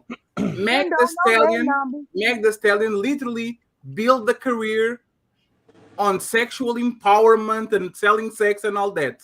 During this trial, you know what she said? Me and my boyfriend are ashamed that you guys are talking about my sexual life. Because she got caught with Tori, with the baby, with Ben Simmons. And now that we know she had sex with those guys, now she's very upset. A woman that would live in an empowerment towards sex, now she's ashamed. She was not ashamed of having sex with them. She's ashamed of getting caught. So my thing is, it's not about the sex that the woman is ashamed. It's about the fact that now everyone around her knows it. In 2022, the only way I'm telling you for you to know that someone is spoiled or not is through Elon Musk coming with the sheep or something like that, that you literally can see the number of partners that you had throughout your life. Other than that, I think it's impossible. I'm not gonna lie to you, man. Nigga shooting from half court right now. Bro, I'm not even gonna lie to you. Women are just lazy. They lazy as hell. There's so many ways to not have a kid and still have sex, and the women, they just say fuck it. That's why I really think they literally say fuck it. I don't want any form of birth control. I don't even think about taking a plan B after. Like, if I'm broke, I don't give a fuck. I still want sex. If I can't afford a plan B or birth control or none of this shit, and you fell on the trap, Sway. Bro, it's just, I just think they lazy as fuck. No, Sway, you fell on the trap. The biggest lie that the woman tell to men is that they got pregnant by accident. Most of women know exactly what they are doing, bro. There's no way that you have sex with men hundreds of times, hundreds. When I say hundreds, and all of a sudden, oops. Most of him is planned, man. Most of it is fucking planned. Some men have more sperm than others. Man, bullshit, fatty. You know, sometimes you see a chick talking about a baby, or it would be nice to have a baby like 5-6 months prior, and then all of a sudden, boop. Oh my God. Oh, what the. Well, I will say this. I'm gonna just call it a blessing. I will say this. A lot of birth control have negative effects on women's bodies. Oh yeah, there's a fact. I'm not a fan of them. But I think the alternatives can be just as devastating. So it's not like an easy decision, right? Because I do understand when women take birth control and they put things in their bodies and they change their hormonal controls and things like that, it does have a huge impact on them. It probably has an impact on the children that are born. If we really could break down that study, because a lot of this stuff is still new. You know, a lot of studies takes hundreds of years. You know what I'm saying? Like, we still in the 60 to 80 year mark in a lot of things, right? And so I don't think that's an excuse for women, but I do think that a lot of them don't want to use it for a lot of different reasons. They'll tell you affordability and things like that, but what they should just tell you is that they like having sex unprotected because it feels better, and they don't want to stop doing that. It's in their nature or whatever they want to call it. It's unnatural to them. They would better off arguing that than to say it's an accident, because it's definitely not an accident. Because I tell women all the time, Trex, I'm not sure how old you are. You don't have to tell me. But I'm sure when you was like 14, 15, 16 years old, maybe a little sooner, your mom or whoever was taking care of you told you, don't get pregnant. Don't be getting pregnant. Don't get pregnant. They tell y'all from a very young age. So you're not lost. Every woman that had that damn story told them. They never told you why that you shouldn't get pregnant a lot of times, but they definitely said, don't goddamn do it. Don't bring no kid in my house. Don't you get pregnant. They didn't gave you the story. Most women hear that. So it's never been an accident. Women have never got pregnant by accident outside of, let's say the 0.2% or the 2% chance that birth control didn't work or a condom, whatever the case is. Most women get pregnant without planning. It's not really the same. An accident and not planning. Exactly. Is the feel of the moment. I like him, so I want to get from him. One question for Trex and April, by the way. Men, like your comment about men not liking don't using condoms. Let's be fucking real. Woman, I think, ate condoms more than men. I never met a woman that on the third time I go there, she's not saying, no, take it, please. I don't like it. Never. Never in my life. Fatty, why are you telling on yourself, bro? No. You've been shooting the club up. No. Look at his face. He's guilty. No, hey, Aaron, you know what's funny? I was doing the step back before Stephen Curry, bro. I was doing that. I was doing the step back before Stephen Curry. I'm telling you, bro. But chicks be out here asking you to come. Like, if you're not gonna come in her, they'll tell you to come like on her vagina. That's too much. I'm telling you, yo. And for any men ever, if a woman ever asks you to do that shit, bro, I will leave you alone on that way. I will leave you alone on that way. But Rex, the thing that I wanted to say is, do you know the average age of the first kid on the United States? Like a woman having her first kid. Do you know the average age? 21. 19, 21? 25. Right now. What'd you say? Wow. The first kid, yeah. Let me share this. Let me share the. My guy Jordan is acting up in the chat. Jordan, calm down. Calm down, bro. Aaron, the link is the screen is on the back, on the bottom. All right, give me one. Let me pull it. Oh. American moms' age, according to the pre-pandemic data, the average age of the first-time mothers in the United States is 26. Wow. Right? 26. Wow.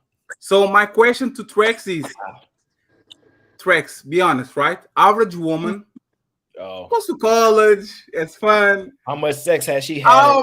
How many times do you think a woman had sex between her 14 years old or 15 years old till she's 26? How many? Okay. Dozens, hundreds, thousands? Go ahead. I'm not sure. I'm not gonna put a number on it, but I do think then if that's the case and women aren't having like babies and the average is 25, 26, then maybe they should get their letter at that age. If they have a baby after that age. I think you guys are being punishing women too much. I don't like it.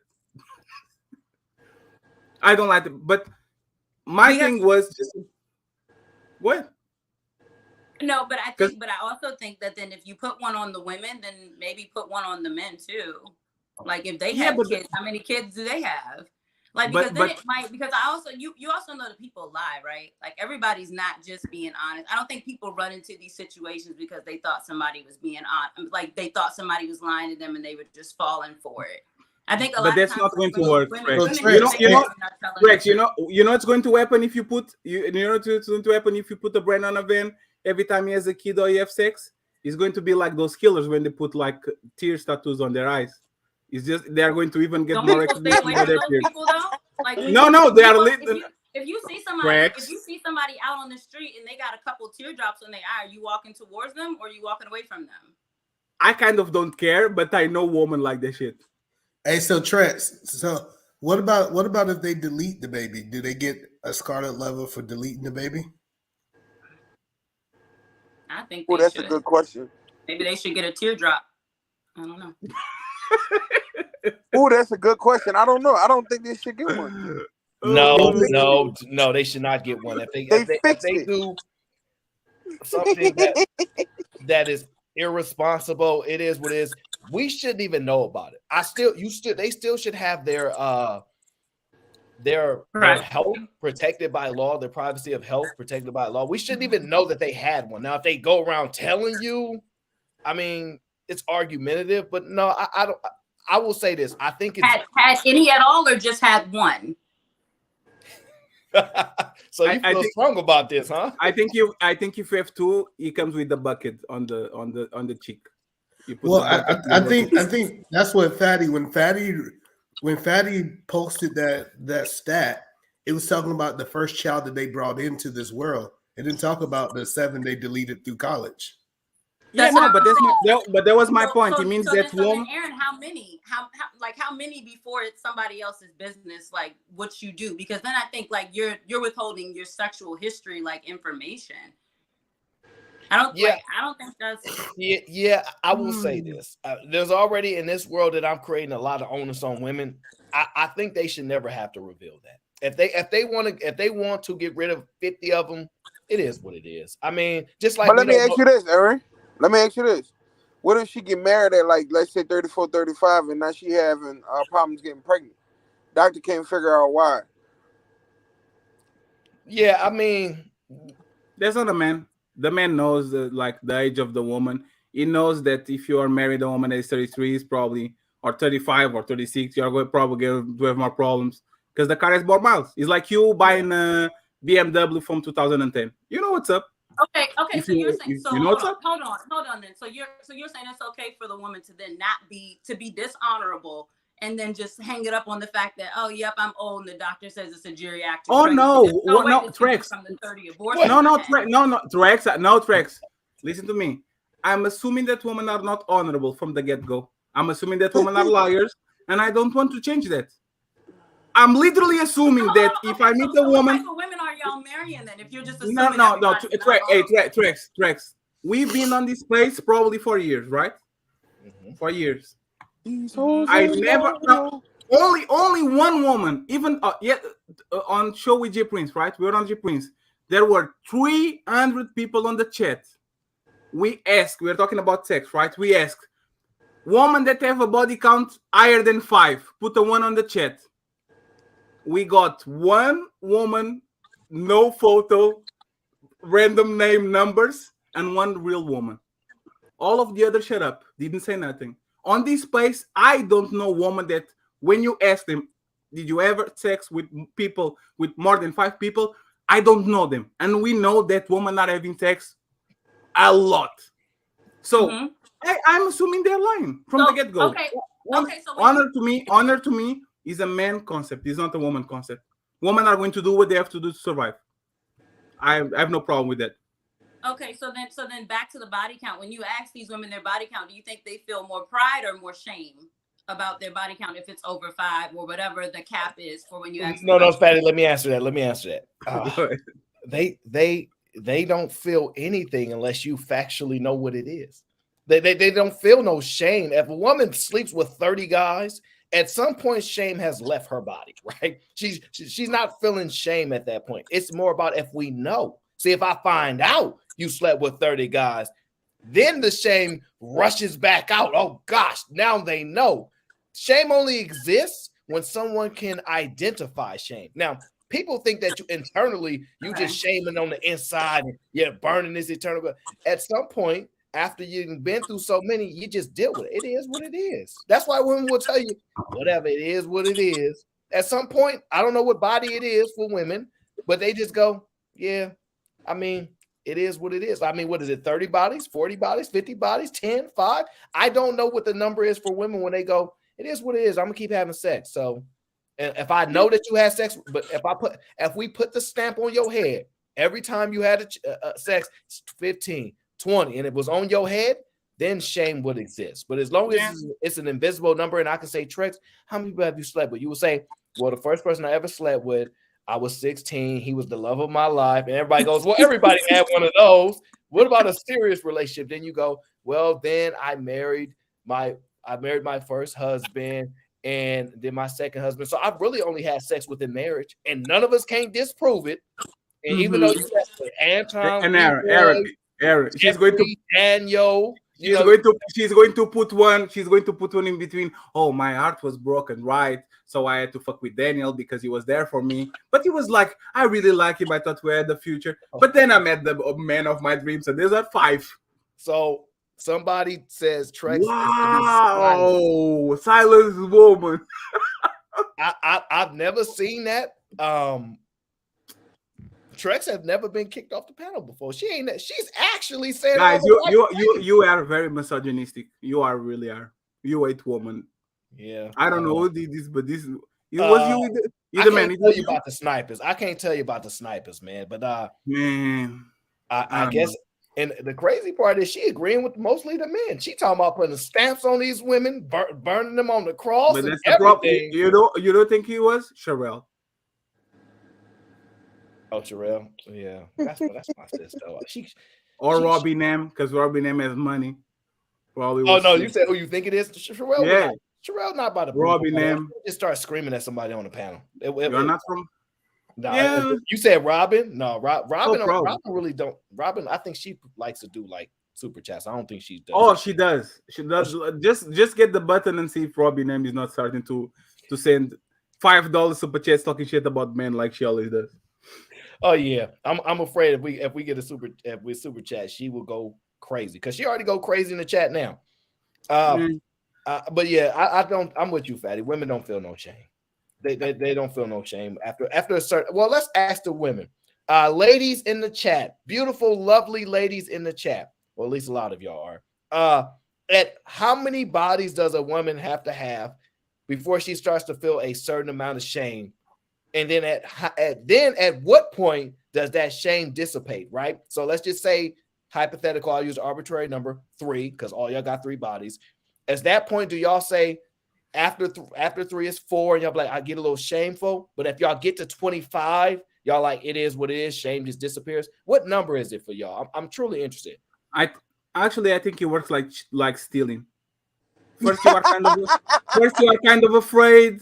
Second time, third time, the fifth time, bang. She says 1. After 1, shame is after that. Okay. I think it literally is like stealing. Wayne says 1.5. That is insane. Sonny said, ask them what age. So you think it's an age thing that they start? No, he's asking like. I'm telling you, Aaron, it's an age thing to the body count. It's an age thing to the money, man. For the men, it's the money. For the women, it's their body count. So at 35, say a woman's 35. What are y'all thinking her body count should be at? Man, if a woman's 35 and she had 5 bodies, bro, I'm not going to shame her. No. So that's not realistic, right? 5 bodies is. Here's a woman I can trust in this space. She said about after 10. That's when the wait. Is that when it dissipates or when they start to feel shame? Can we be honest about something? Women get to 21 years old with 5 to 10 bodies already. And can we establish that the average woman is getting to 21 with 5 bodies? Whoa. Creative solution. Shout out to I would say 10 bodies on average, guys. at least. You've been wait, stop trying to shame women when you have 100 bodies. Who has 100 bodies? Who is your creative solution? First of all, you know what? If you're not familiar with me, you should know I definitely don't have nowhere near that. That's probably either man in Granville. Either man just like either man is in the military, so we know only have one body. Most of the guys in the military are hoes, so either man probably has 150. So what at 35? How many bodies do you think? If she was single throughout those 35 years, she probably has 50 to 80 bodies. Are you talking about realistically or what they should have? No, hold on, wait, Fatty. I'm asking you, man. Are you talking? Do you want a realistic answer or like what should be?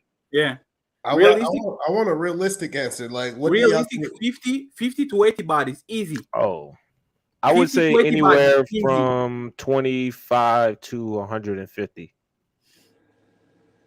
I met so many women that were my yo, we homies. being outlandish with these statements. Y'all think women have that much sex? I don't believe that. Aaron, all my attractive women. Women don't count. Women won't count a threesome if it's two dudes, bro. They won't count a threesome if it's a dude and a girl. I don't believe women won't count giving head. No. Women won't count if the sex was ass. Aaron, I'm telling you, that's just. Bro, I know a chick that was 25 and she had 40 bodies. Yeah, let's be realistic about it, right? Women are using sex to medicate themselves. Usually, they get bored, they go to have sex. They are sad, they go to have sex. Right now, and this is like most of my attractive women that were my friends, and I had like the ability to talk with them to the point where they open enough to tell their number. It would be 30, 40, 30, 40, 40, 30, 40, 30, 40, to the point in my head where I established, I was like 27, 28. In my head, I established if I get a woman that has less than 25 bodies, she's almost a virgin. This was my thinking. Y'all don't think a lot of these chicks be doubling back? Yeah. So I've had girls that I've talked to, not like because dude, I think in the sense of a 23-year-old say that, right? But in conversations, right? And they'll tell me, yeah, I'm about to go double back with my ex because I don't want to add a body. Yeah. I've literally had them tell me that like a lot of times. I probably said 35 they don't want to add a body because they're already at the threshold. 18 and 30 bodies. That's probably an average. Man, she went through her whole phase, backed up 35 bodies, got with that nigga, and was like, man, I ain't trying to get a 37th. Fuck all that. So let me ask y'all this. I think it depends. I think it depends if she went to college. If she didn't go to college, I think women that go to college body count's a lot higher than women who don't go to college. I don't think that, dog, because look, bro. Have you ever stayed on a college campus? I've never went to college, but I was on a college campus during college years. Bro, I'm just letting you know, E-Man, I'm going to say this, E-Man. I stayed on a college campus. I don't know. How old are you, E-Man? How old are you, E-Man? 31. 31. So, I mean, I guess you might have grew up. You might have grown up with Tinder, man, but Tinder changed the game. I'm your OG. Tinder did change the game, bro. Hey, I'm in the man OG. I didn't know that. Hey, the man. I didn't know that. Hey, the man. You don't need to be on a college campus to be a hoe. You don't. No, I get it. I get it. Like tag, I understand though. I don't know what tag is. I get what you don't know what tag is? That's some old nigga shit, I guess. I don't know. All right, so listen. Or maybe it's some new nigga shit. I'm not in the game no more. If you look at, I understand like POF, tag, all these kind of different sites. POF? What the fuck? Okay, well, Sway. You serious? You that young, Sway? I don't think. For me, I just feel like I don't know. I didn't need to do. No, but listen. So what I'm saying is, I just think that women on a college campus have so much more access to it than somebody who got to travel to it.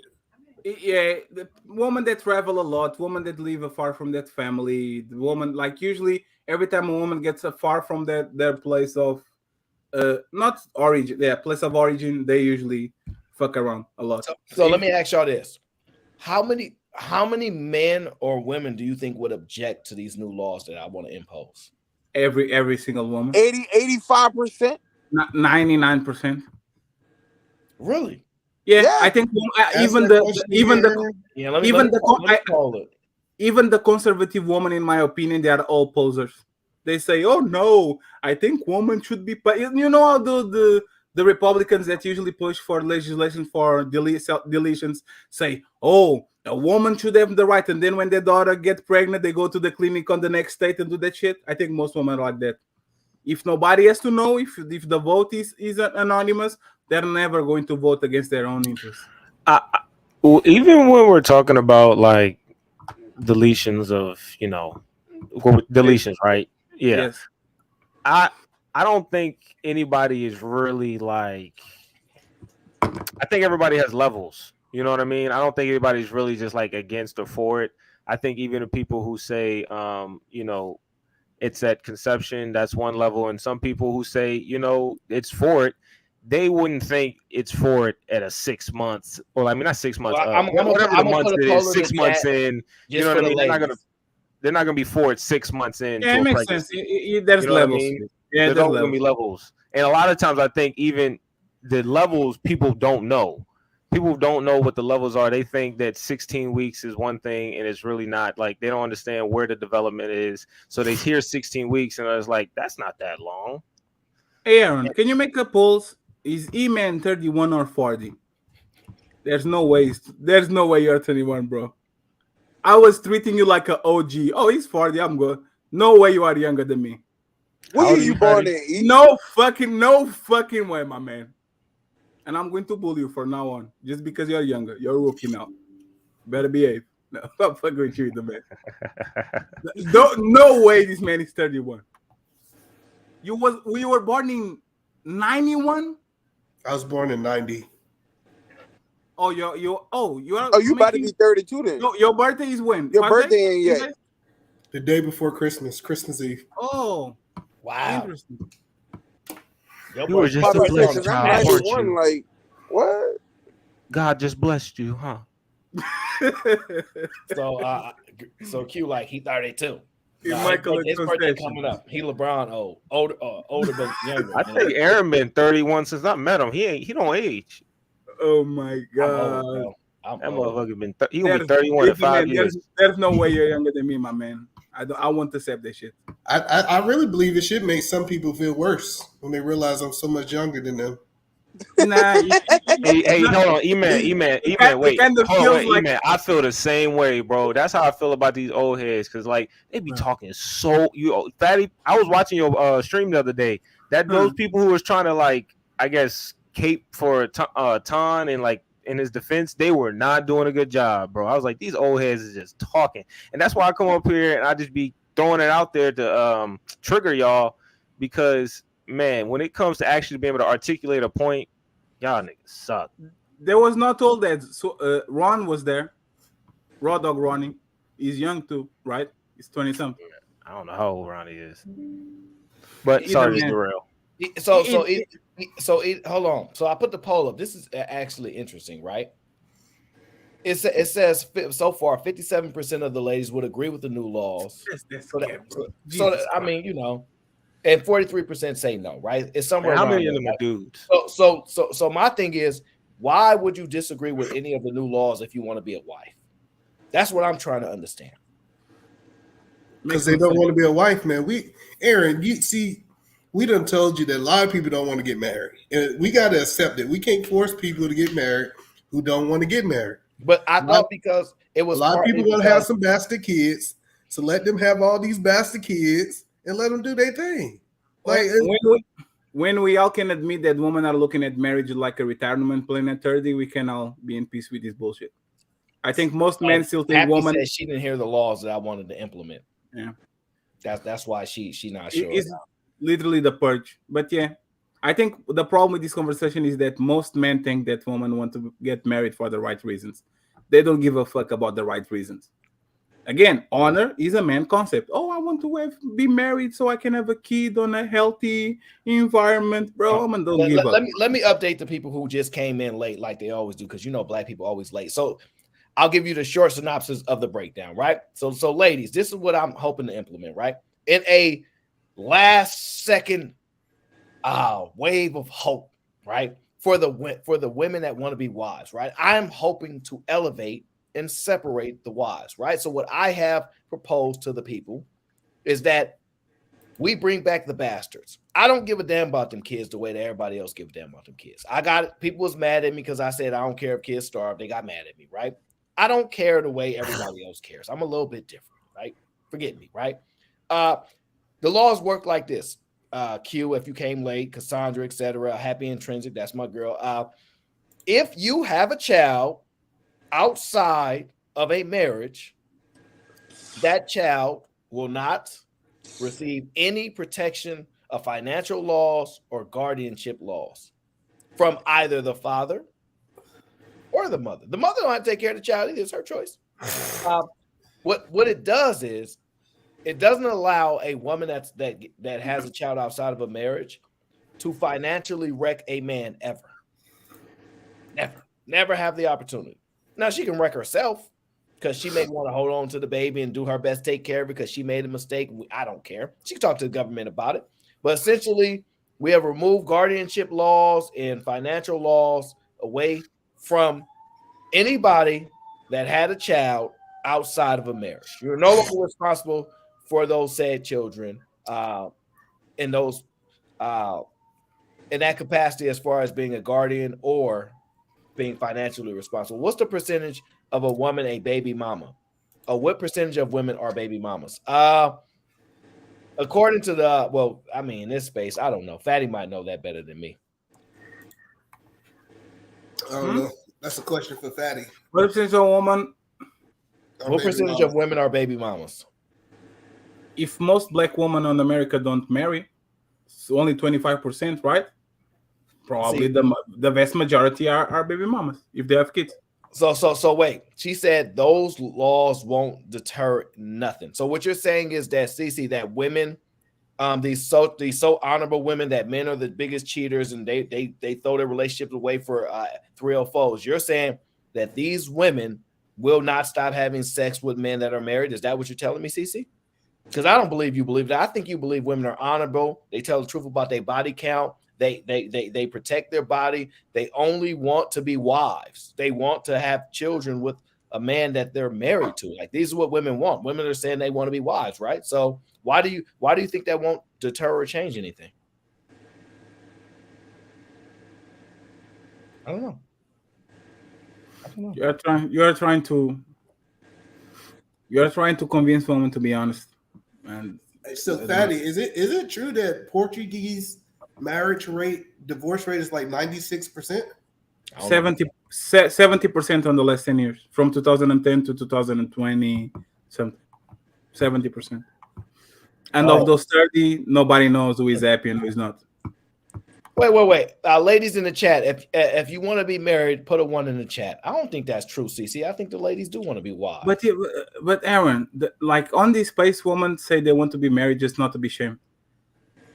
I had women in private saying, I really don't want to get married. I just say I don't, so I don't get shamed by you guys. I agree with Fatty on that one. I've had a lot of conversations with people offline, and they do not want to be married. Because if you are 33 and you are on a male space, you know they're going to shame want to be married. Yeah, but that's what I would say, right? Oh yeah. Except for this woman, we know what she wants. I think on this space, women just say, yes, I want to be married. But you know it's funny? Aaron, next Lipif meeting, when you go there, go with Cheeky and with your boys and ask how many of those women were single 1 year before and how many of them are single on the next year too. Without plus ones, without fiancés, without nothing. Let me ask you this question, Aaron. Go ahead. Just let me say one thing. They want to be married like I want to go on a diet. I really want to go to, but I'm not doing nothing to get there. Fatty, you've been talking about this weight for a minute. Oh yeah, in my accountability. So today Aaron, I said I'm going to do 10 push-ups. I did 7. So Aaron, almost there. Should it be a limit on how many kids women should be able to have? Does it exist now? No, there's no limit. I think physically they have a limit. I don't know if a woman that's had more than, like, let me say modern times, like 8 kids. I think 16, 17 back then was probably something, but now I think maybe 6 to 8 is probably the limit that the most a woman really can do at this point. So do you think it should be a limit on how many kids a man should have? Well, you have to tell me how to eliminate it, because these are my dark thoughts. It seems like you got some dark thoughts right now. Well, I think so. If we go back over to China, and I know a lot of people don't like referencing China, they had it where they limit how many kids that you can have. You would only be able to have 2 kids per household, right? So if you was a household, you only can have 2 kids. Do you think that is a good practice, or people should be able to have as much? Like, do your income should be a factor, or should we just let people have as many kids as they possibly can? Like, should the government, the question I'm asking, should the government says after a certain amount of kids, we ain't paying no more. So man, it's a very bad, like what happened on China.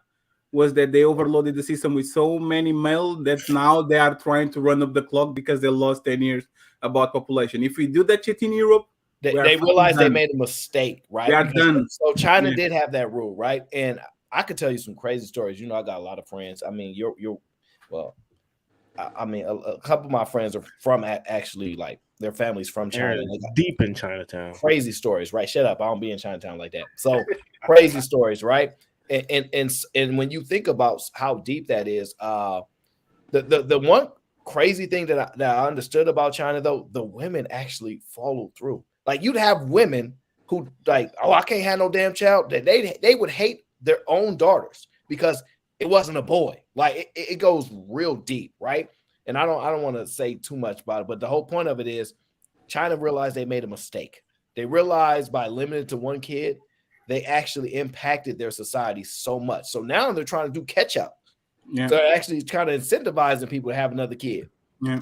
So, well, at least they don't incentivize the society to be some punk ass bitches and the men to be bare minimum bottom feeders. Yeah, but but Sway, them people almost live like they are cattle miserable, over bro. there. Hey, bro, they are miserable. I understand. Hey, Sway. They almost live like cattle, Man, bro. in my opinion, Sway, they just waiting for the day until the men cave and America crashes on itself. Listen to me, bro. I've been talking to Chinese suppliers and their kids for 10 years. All of them. Hey, bro, how is living like that? Hey, do you know a way for me to get to Mongolia? Do you know a way for me to get to Australia? Hey, man, I really want to go to South Korea. Do you know a way? Bro, even the ones with money, a lot of it, they don't like that shit.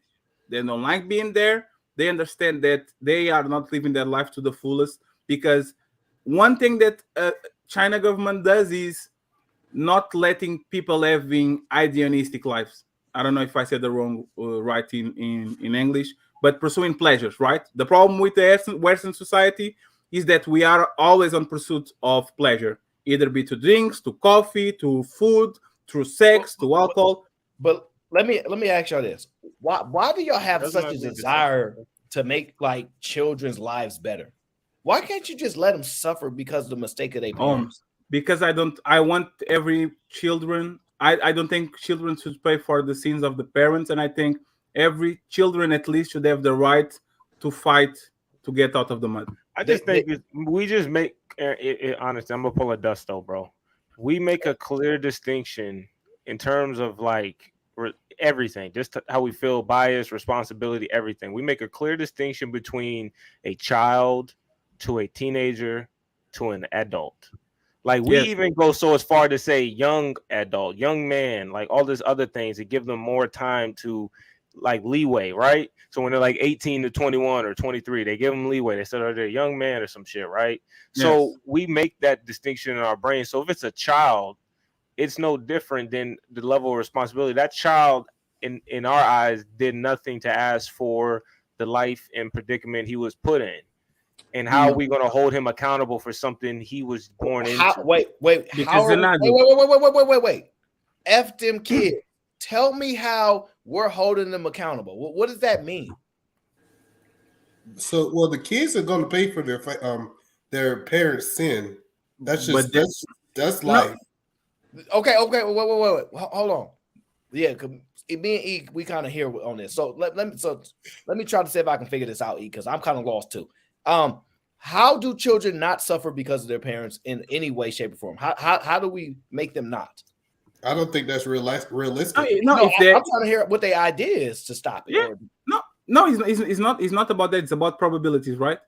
You're not going to ever live on a world where even a kid with good parents, a good inheritance, a good house is not going to become a criminal later, right? So what you want to do is increase the chances of that person, of that kid being a productive member of society when he grows up, right? So when you say fuck them kids, you are literally increasing the probability of those kids becoming criminals, degenerates, whatever when they are older. I'm trying to lower those probabilities, trying to get some sort of security net around them that can. I think you, and this is rare from you. I think because this is part of your side where you have a big heart for loving a lot of people, even people that don't actually matter, right? In the sense of what percentage of people are in prison, right? What percentage of the American population is in prison, right? What percentage of the American populations are known gang members, things like that, right? We both know that it's a low percentage, right? Yeah, very small population. So but we do know this: the large majority of Americans are poor, and then a good amount of them are in poverty, right? But not the real poverty, just American poverty, right? Yeah. So if that's the case, hold on. Gia said, "Keep it up. You'll be in old folks' home in dirty diapers." That's okay. I'm prepared for that. But here's my point. There are people that are doing bad now, born into bad situations, etc., and they're not committing crimes. They're doing everything to fight their way out of the circumstances. They have honor system for whatever reason, whether they have parents or not. They know right from wrong. What the hell do I need to add more things to make life better when realistically I don't want to change too much because of a small percentage of the population, because a fear or a thought that more people are going to end up like this, when if you really do the numbers are stay constantly the same. Yeah, I think it's about little nudges. For example, I think I'm consistent with my opinion, right? You know, I'm kind of a lefty when it comes to American shit. Yeah, I know. Right? So when you guys say, I'm pro-life, I said, oh, really? So why don't you care when the kid is born? Why don't you care about his life? Yeah, you mean because if I'm pro-life, I believe that you should be pro-quality of life, right? You should have that kid to have opportunities to become the man when he's 31. But I'll say this. I'll argue this, actually. We actually do care. But the difference is we don't care enough to give them anything more than the bare necessities. The bare, like all you need is some water. Bears and sesames. Some food. Listen, all you need is some water and some food and maybe some a spear right? to No. I'm being realistic, right? Don't orphanages shut down all the time? A little bit of water, a little bit of food, a spear, and you're good to go. Isn't like the adoption agency flooded with like kids that are too old yes, lost in the system? Just like we're gonna have some situation. Nothing's going to go to zero. We're not stopping crime to zero. We're not stopping rich people percentage ain't gonna be poor people zero. Nothing's going to zero. So what I'm saying is this: at the end of the day, it's a small percentage, and I don't give a damn about them kids like that. It's my responsibility to do what's best for my kids, and that's what the onus we put on adults. Now, you think children shouldn't suffer. Well, if that's the case, why should you be in charge of children? Why should I give you the independent responsibility to do good or bad at all, leaving it up to you? I should just take every child out of a home and put it in place of people that. No, go ahead. But that's the point. You put the onus on the individual person, right? I put the onus on the government. For example, that's what I'm saying. But that's what I'm saying. I put the onus on the government. For me, for example, let me give you a quick example, real quick. For me, a kid going to school and knowing perfectly that when he gets to the 12th grade, he's going to have access to college without paying almost a dime, to me is putting hope on that kid head to the point where he is not going to strive to do bullshit when he's on his teenage years, to be honest. For me, making sure that you go to the hospital, you have a kid, and you don't get out of that hospital with the $10,000 bill because the kid was born there, is me assuming that the person now has $10,000 to make sure that that kid at least has the basic necessities, right? So I think he's something that goes from the top, from the government, and then comes down to trickles down to the people. Because people are going to fuck, people are going to do nasty behavior, people are going to become criminals or genius anyway. So I think it comes from a societal point, a government point, and then it's going to trickle down on people. Selling hope, I think it helps a lot. Go ahead. So it's interesting that y'all guys are saying this because it's proven that you will pay for whatever your parents do. You're going to pay for it. If your parents broke, you gonna suffer through. Oh yeah, elementary. So I don't think we can stop it. Like unless your parents make good decisions, you're going to suffer the sins of your parents. It depends. So the point that I'm making in so many words is this right here. We can't get away from it. Like it's kids out there. Now we can say our kids are going to be different, but it's kids that's going to be eating government cheese.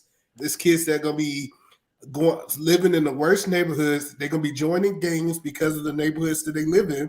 And there's nothing we really can do about it. We can blame it on the government, but the government is only going to do the minimum. They're not going to do the maximum to help people out. I think, in my opinion, I think children are easier to mold than grown ass adults. I think a lot of grown ass adults are stubborn and they have egos over time. And so when you're talking about developing the betterment of society and invest in resources and this and that and the third, I would rather invest my resources into children than the grown ass adults who are mooching off of the government because they're lazy as fuck. So how are you going to give a 3-year-old housing, Slay?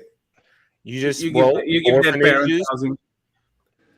No, Yes, like you just it's said, you're literally leaving. today, No, right? wait, no, we're in the hypothetical that you're leaving the kids out to dry, that their mom gave them up and their dad gave them up, right? That's what you said, because the mom don't have to be there or the dads don't have to be there. So that's the premise I'm taking this under. So if we're talking about orphanages, that's where I would invest it in. I wouldn't just have some rinky-dink orphanages where You guys are so it off. would be.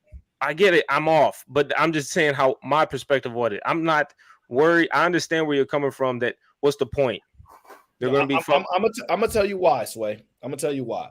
A lot of the stuff that we run on society when it comes to human, like I tell you all the time, they prey on your humanity, right?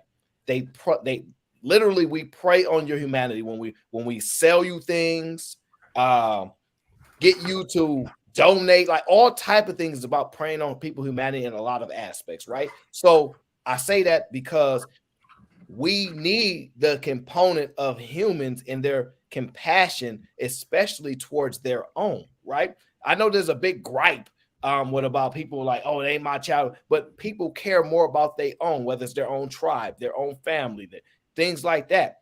So if we say it don't even matter if your parents love you or not, we the government gonna set up everything and make sure y'all straight, is not going to be a recipe for success. It's just not. We're going to be needing to rely on productive parents. It's not going to work the other way around. That's why I'm saying. I mean, that's fine. And at the end of the day, I want the children to be productive citizens in whatever world. So if you want the parents to be around and that's the incentive that you want, but in my thought process is that if there's no parents around, we still have to find an avenue for them to be productive. We shouldn't I don't know. I get it. You know what I mean? Fuck them kids, yada, yada, yada. But kids are easier to mold than grown as adults. So I'd rather mold them to have some discipline or see some discipline as a child. So when they are grown as adults, they're more than likely won't just be retarded. Dumb as fuck and be a degenerate. Hey, but hold on. So Aaron, I want to say this because I got a solution. I just wanted to kind of hear everybody's thought process before I gave my solution. Send kids to the space like the science. No. So what I believe is do that. What I believe is this right here. Put them in a hyperbolic time chamber. I think if these laws that Aaron is talking about go into effect, we should have bastard boarding schools. Oh shit! Damn, that's literally an anime, bro. You are the peasant and the guys are the nobles, and then you fight till the end, right?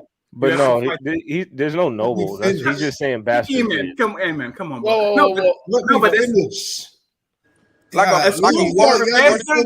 and for poor breeds, that sounds like an anime. Let the man finish. No, right? It's just poor people. I'm sorry. All right. So we implement these laws. First thing we need to do is we need to start putting these bastard boarding schools in. We need to make sure these kids have the structure of knowing all these different things that they need to know. We can all vote on it. We can get on a panel one night and me and Fatty can take out a sheet of paper and we can vote on what we think these kids actually need to be successful. And then what we need to do is put a structure in place. When we put these structure in place, what happens in so many words is they go to this school from 0 to 18. We make sure they have everything fundamental to be successful. And then we might put a scholarship fund if they want to go to college or to have a trade. But I think that's really the solution, to have these bastards. I ain't gonna hold on. To poke holes in the argument, I'm not gonna lie to you. I like Harry feel Potter, like, right? Wait, fat. God damn it! Hold the fuck up. That's all words. Hold up. Go ahead. I low key feel like that's an incentive for women to have kids recklessly. If they can have kids whenever they want and still feel like that their kids is going to have a better life without them, quote unquote, or even if they're not around, they're going to still get some type of development. They're not just going to be, I feel like that's an incentive in my brain. No, but in some form. But Sway, I understand what you're saying, but we already operated on the hopes that people are good people, right? Like we're already operating like that. I know it sounds like a lot of these women are just reckless sexually and all these things, and I'm not saying that they're not, but to sit here and make it seem like that human beings don't care about their children is not even close to true. Like it's just we always focus on the worst of the worst. It's just the truth. Like I told I'm the only one that really thinks like this, right? I think me and Anton had a conversation one time, and I said, "Yeah, I know, I see it. He good. He need to get this good cooking." I said, we should focus more on people that are in the middle class. We should focus more on people in the middle class that just need that push to get to the next level, right? Because what happened is, if you walk past a homeless person who's someone who most likely has the lowest probability of being productive in the context of what we need, we give him $1. We give him $2. But if you say a middle class man, like, okay, or family, they doing just enough to do okay, but they need another push, we won't invest in them. We do all our programs ages 18 to 26. But if somebody's 34 that just want to shift in line, we don't have no programs for them. You see what I'm saying? Like we should be investing in the middle class people more to push them to the next level. That is overall. Of course, you don't agree because you want to help the people at the bottom because that makes you feel better about yourself. I believe in social mobility. I believe that middle class should have means to get to the upper class, but I believe that the lower class should be. What I'm saying is, I hear you, and I'll let you finish just one second. I'm saying we would get more people out of the middle class if we focus more on them, and when they get to the top, it will. So you don't think that will work, E? No, because I think that for you is the version of trickle down economics, but instead of the companies is like divided on the people. For example, if tax cuts to the middle class, let's try to promote them so them that am I missing something? Or am I just want to say that the middle class has so many things out there that you guys just don't know about. I'm just gonna say it like that. Like that's my point. Go ahead, finish though. I'm sorry. So you're incentivized actually to make more money in the middle class. Like if you just know the grants and different things I had when I was in the middle class, I was always incentivized. It was always something out there to be able to help me get to the next level. I think people just don't educate themselves on how to take it to the next level. So like if you look at, let me say, even if you look at home buying process, you got to be for real, bro. That's a low key disingenuous because the middle class is big as fuck, and it's also varies to if you're single or in a family, and like I'm saying this.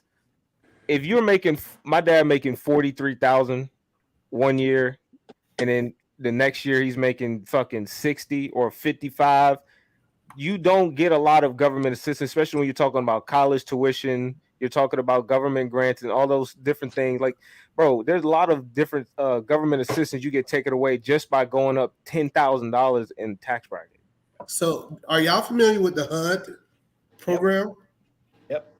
So the HUD program is for the middle class. Can we agree that they want to get more middle class people to buy homes, right? Correct. I believe home buying is actually the secret to actually escaping the middle class. We disagree. I've heard you say it. Go ahead. How did you come to that conclusion? Because I did it. Me having multiple. You raised your income. See, and that's the point that where we disagree because you say home ownership, right? If you just get a home and no, raising your income puts you in a whole nother level. I don't think buying a home is that solution. Now, when you say buying homes to rent out to people is different. So that's where I think we differ. Well, let me just give you an example. Go ahead. So say, for example, I used the HUD program back in 2000. I've been making my payments for the last 20 years, right? Mm-hmm. And I decided in 2022 Wait. 2000. You were 10 on 2000. He just giving an example. I'm giving you an example. Okay. I'm obsessed with this age shit. Sorry. All right, so the last 20 years I just been making my home payment. I decided to sell that home, right? I have access to, $250,000 now, liquid cash. You just have to wait 20 years. You don't have to wait 20 years. I'm giving an example. So the example that I was giving is a person that's renting for 20 years versus a person that have a home that's bought a home for 20 years. The person who actually rented is going to be in a worse financial situation than the person who actually owned the home. Can we at least agree with that? Yeah, because he's that's a running. redundant No, I statement, cannot though. agree with it, but I understand your premise and I'm not going to overwhelmingly fight you on it. But if it was a different show, I might fight you. Okay, so There's what too many happens? variables. Well, I get it. So have any of you guys actually sold a property before that you had over 10 years? No. All right. Not over 10 years. Not over 10 years. So I get the capital gains. I'm up with where you at. Go ahead.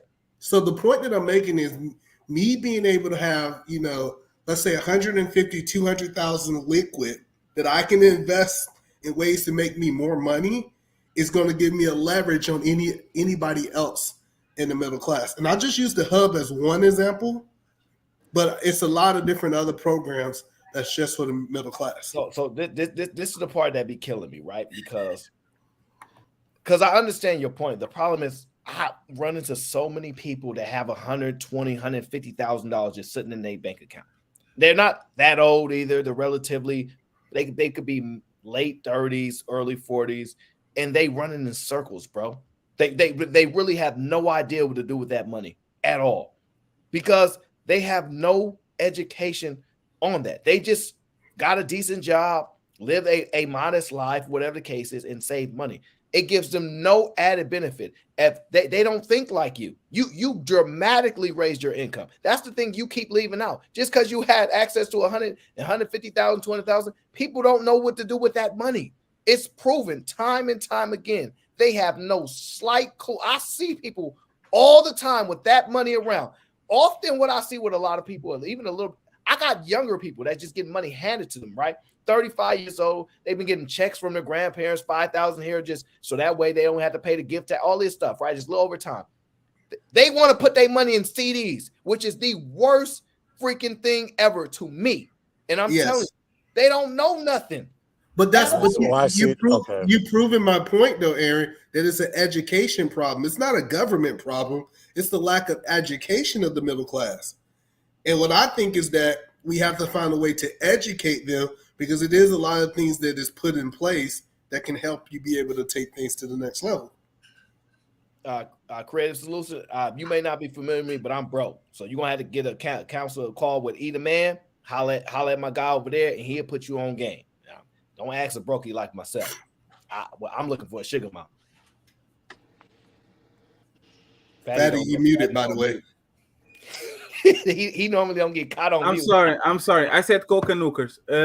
Actually, and one thing I agree with you, Aaron. I think for the society, like to fix society as it is, I think women having children without not having children without the marriage would fix like 70% of all the problems. I think that's actually would be a fact. And the second thing would be having a finances class after the 4th grade and over. For people to know how to pay their taxes, all that shit. I think both of them will solve a lot of problems. But see, I'm going to say this too. And I'm going to just be dead honest with you. I don't want everybody to be financially empowered. I don't care. Yeah. I like the separation that exists in life. Fatty, if you put the work in, right, to figure out the matrix, I call it the matrix. I know what you're saying. I know. You know what I mean? And you say I'm putting my family in this position. Yeah. If everybody plays the same game, we destroy the golden goose. It's not about taking the letter, but saying go get your own letter. The letters are over there. Go get them. Right? You know what I'm saying? Like, if either man put himself in a position where he's incurred some type of knowledge, right? If he's dealing with people that have literally been financially empowered since 6th grade, right? They don't need to come to either man to get consultation, for he can continue to be empowered to put himself in position to make sure he's still making his bread, but he's still been able to give back to the people that want to be empowered within a certain, within certain limits. If everybody's financially empowered, I know y'all think that ultimately that would make America better. Nobody's financially empowered. It was not. Cost of living is going to be a collapse. You need to create a collapse. It's like having too many white collar Sherelle, jobs. did you And talk to Jay Prince? I am a peasant, so I want people to be like me. So you believe, based off what I'm hearing, you feel that it should be programs in the middle class to help the middle class get to the upper class, right? I'll break that down for you. One second. Let me say shout out to Gore. Appreciate you for the Cash App. Want to add to the water fund because I am running low. Appreciate you. Here's the thing. I think that the middle class, right? The thing about them is they are actually the solution to the problem, because what we do is we're so reliant on the middle class to run in this goddamn circle. Because I do everything you can to get out of middle class, right? People don't know they're supposed to do that. They get to middle class and they go, this ain't the worst. It's good enough to where you don't go backwards, because the fear of going back is scarier than working to go up. And I'm telling you, that's the wrong information. The scariest thing in your life forever to do is to be a slave for 35 freaking years and think you accomplished something. But we don't pour into them.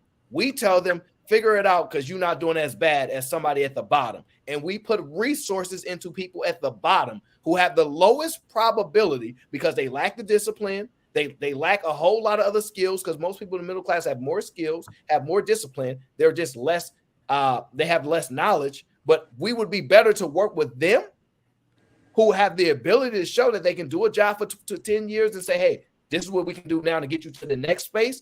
And then they would produce children at a higher class, which would then put the next children from being at the bottom at an upper tier. We wouldn't keep producing low class children over and over again. But we have to, because somebody got to work at McDonald's. But that's the thing. They will be low class, but it won't be the bottom tier every time. We just keep rinse and repeat the bottom tier. We never shift it up even a little bit. That's why it's laughable when people like Fatty, who says I'm a little on the left, and he believes in what is it called, a livable wage. And I laugh and I say, hold on, Fatty. I laugh and I say it's impossible, right? Because anytime you see a wage increase, you see inflation. There has never, ever, and ever in most of our lifetimes, and I'm gonna add 80 years on that, ever been an actual increase. Yeah, but it's never happened. But Aaron, that's my point, right? I understand that if everyone makes it, like this was the conversation we were having with Israel and the Angry Man the other day. If everyone makes $100,000, now $100,000 is the new average, and now here we go again, right? The thing is, for example, the problem that we have here in Europe is that college is almost for free. So we have a lot of kids that are educated. They want to have white collar jobs, but they can't. There's not enough jobs for them to go around. So now they have to specialize themselves again into a trade, so they can go back a little bit down, so they can make more money probably than the guys that went to school with them. My thing is, at least with the possibility, I want the safety net below. So if somebody from the middle class, and I think it helps, Aaron, listen to what I'm saying. I'm listening. Having a safety net below helps people on the middle class too. Because if for some reason the business gets bad or there's a housing crash or something like that, instead of them falling right to the ground zero, at least they get on a level where they have support from the government. But you guys are not like that. And I understand that you want you literally want people to compete. If you can swim, you swim. If you sink, hey, bro, it is what it is. It's life. I get it. It's not my reality. But I think at the end of the day, I don't think it doesn't help for the overall population.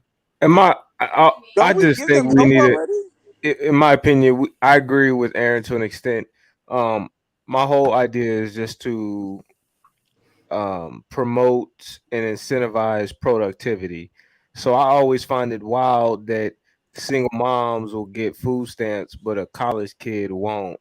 We got to pay $2,000 to have a meal ticket for the whole, 2 semesters and shit. Like that should be crazy to me. Like dorms will be fucking basically around $1,600 a month in rent if you just add it all up. If you divide agree with me. So I just no, I mean I think I'm saying I incentivize people who are being productive in a sense. No, but you agree with me because those shits only cost what they cost because the private system invaded the education system, and now they are they're literally companies and their goal is to make money. Hold on, I want to say it. And everybody that's listening, I appreciate y'all, but we on money talk right now, so that's a little bit more fun for me, honestly. But let's just say this: a lot of y'all are confused on what the middle class actually is, right? And I'm gonna be honest with you. I think the middle class is worse than lower class. I truly believe that. I believe Can you it's elaborate, please? because I believe that lower class people feel more freedom than a middle class person.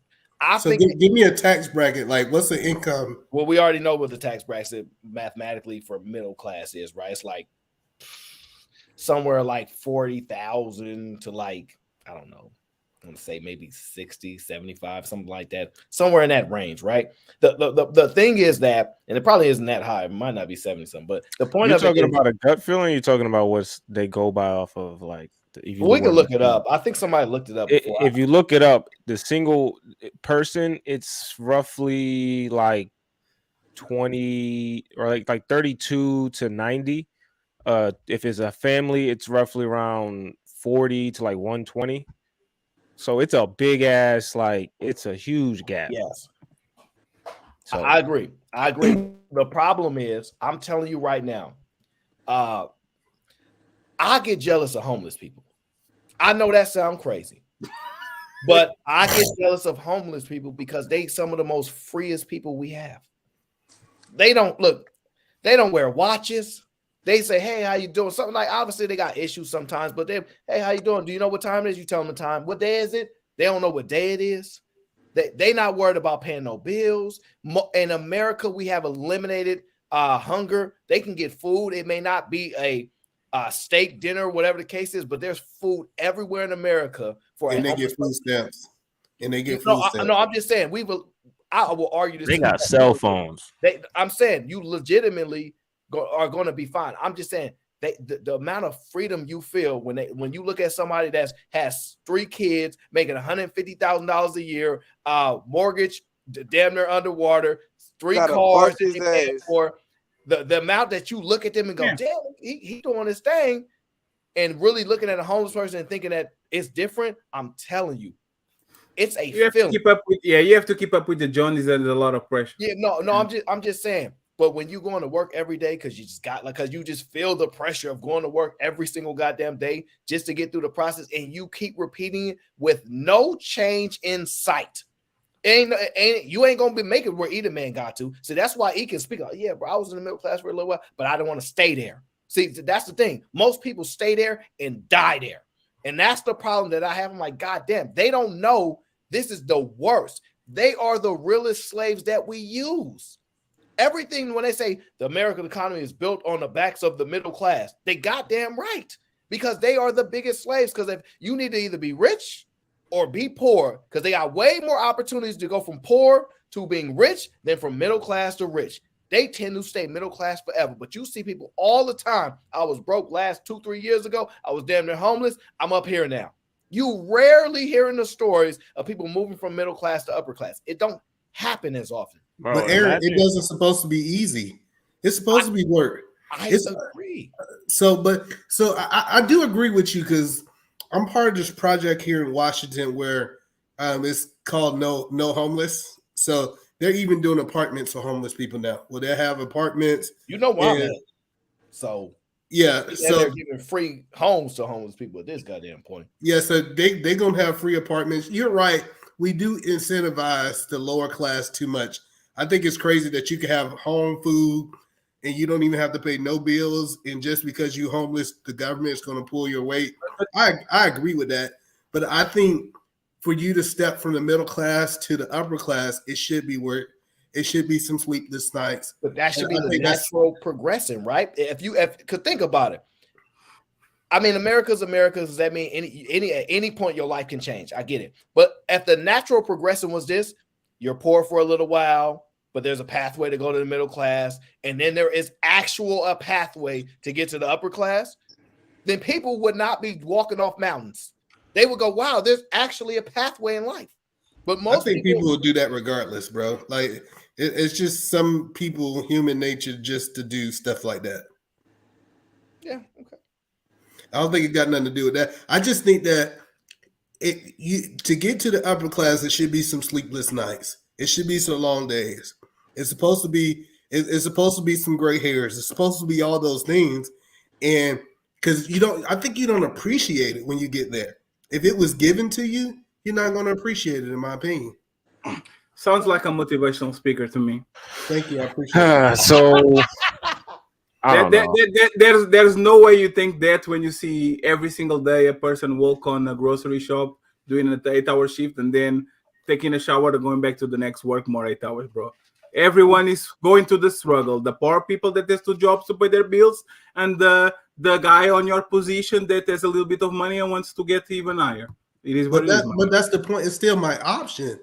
They got an option just like the homeless do have an option.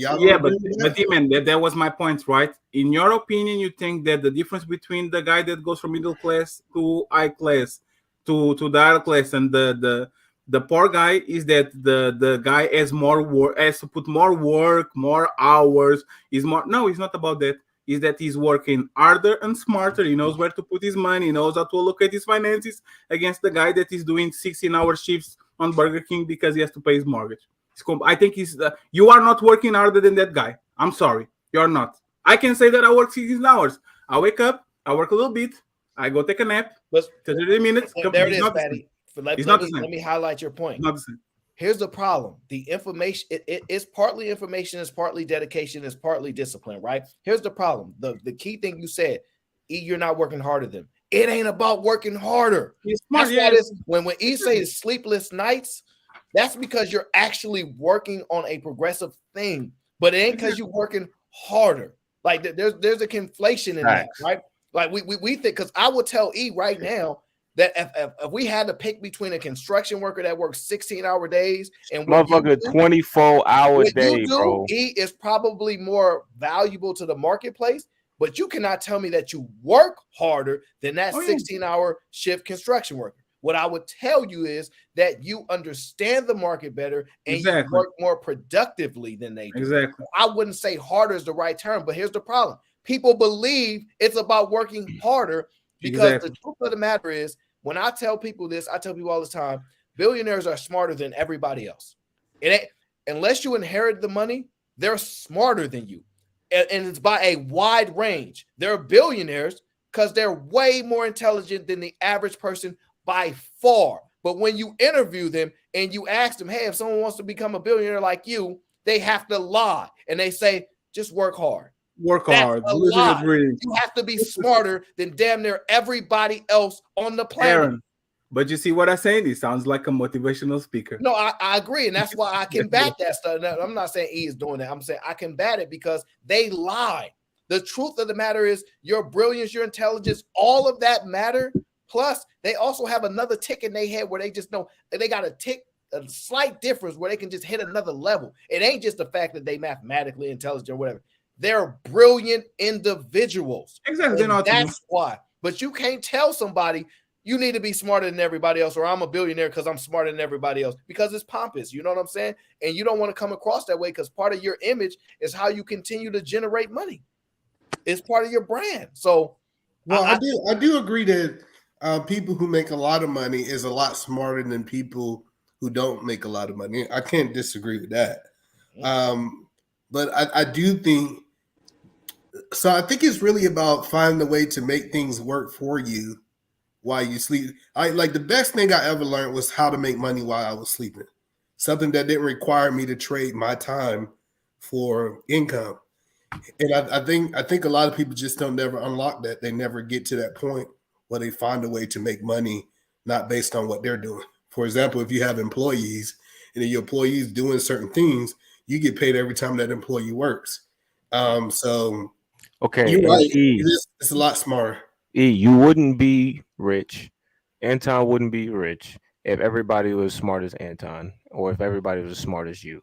Like this, there will always be people dumber than you, and there will always be people probably smarter than you, unless you that nigga. One second.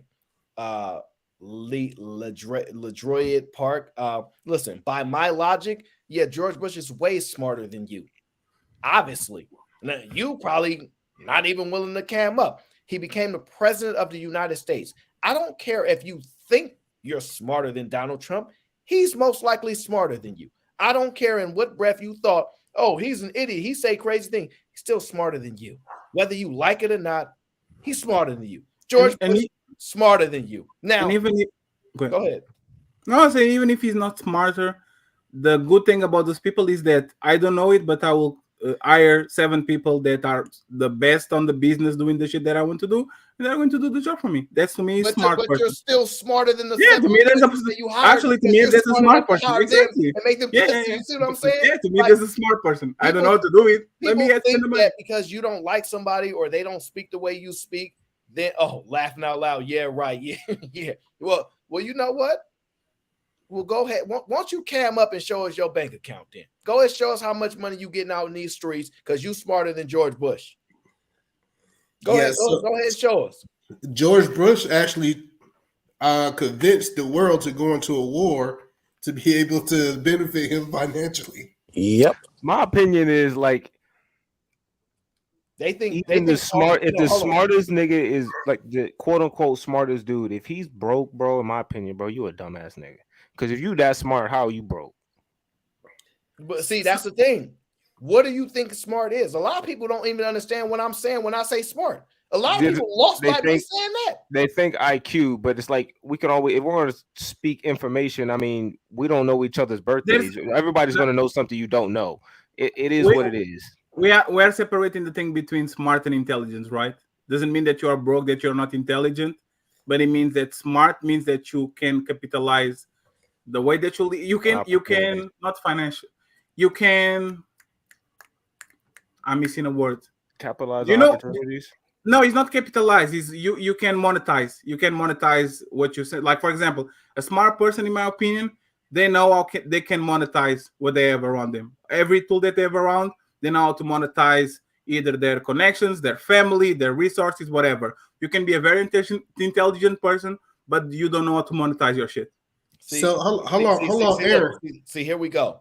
His daddy was smart. It's called nepotism. See, I'm broke and dumb, so I will concede to you. But listen, I could tell you a whole lot of people that they daddy was smart and they still broke.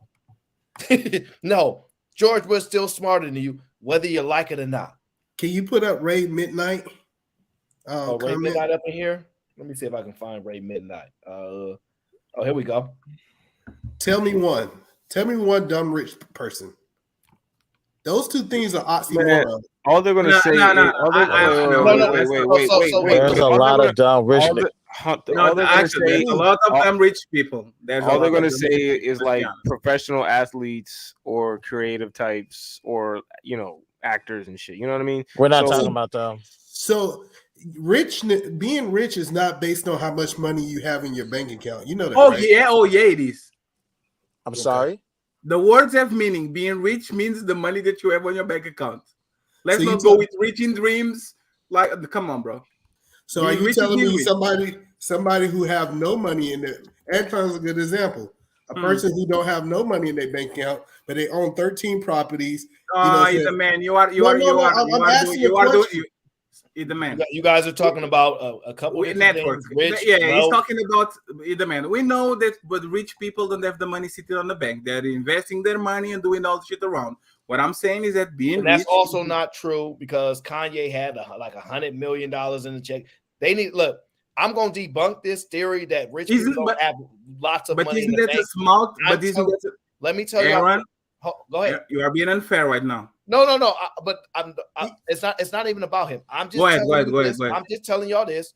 Millionaires have millions of dollars in their bank account. Don't y'all ever believe that they only have money in equity. It's not true. Exactly. By far, it's not true. But they have that liquidity, especially right now. If you go poll most millionaires, and right now they probably have a lot of liquidity because they know the market is crashing as they're trying to capitalize on that. But when the market is rising, is that the same thing?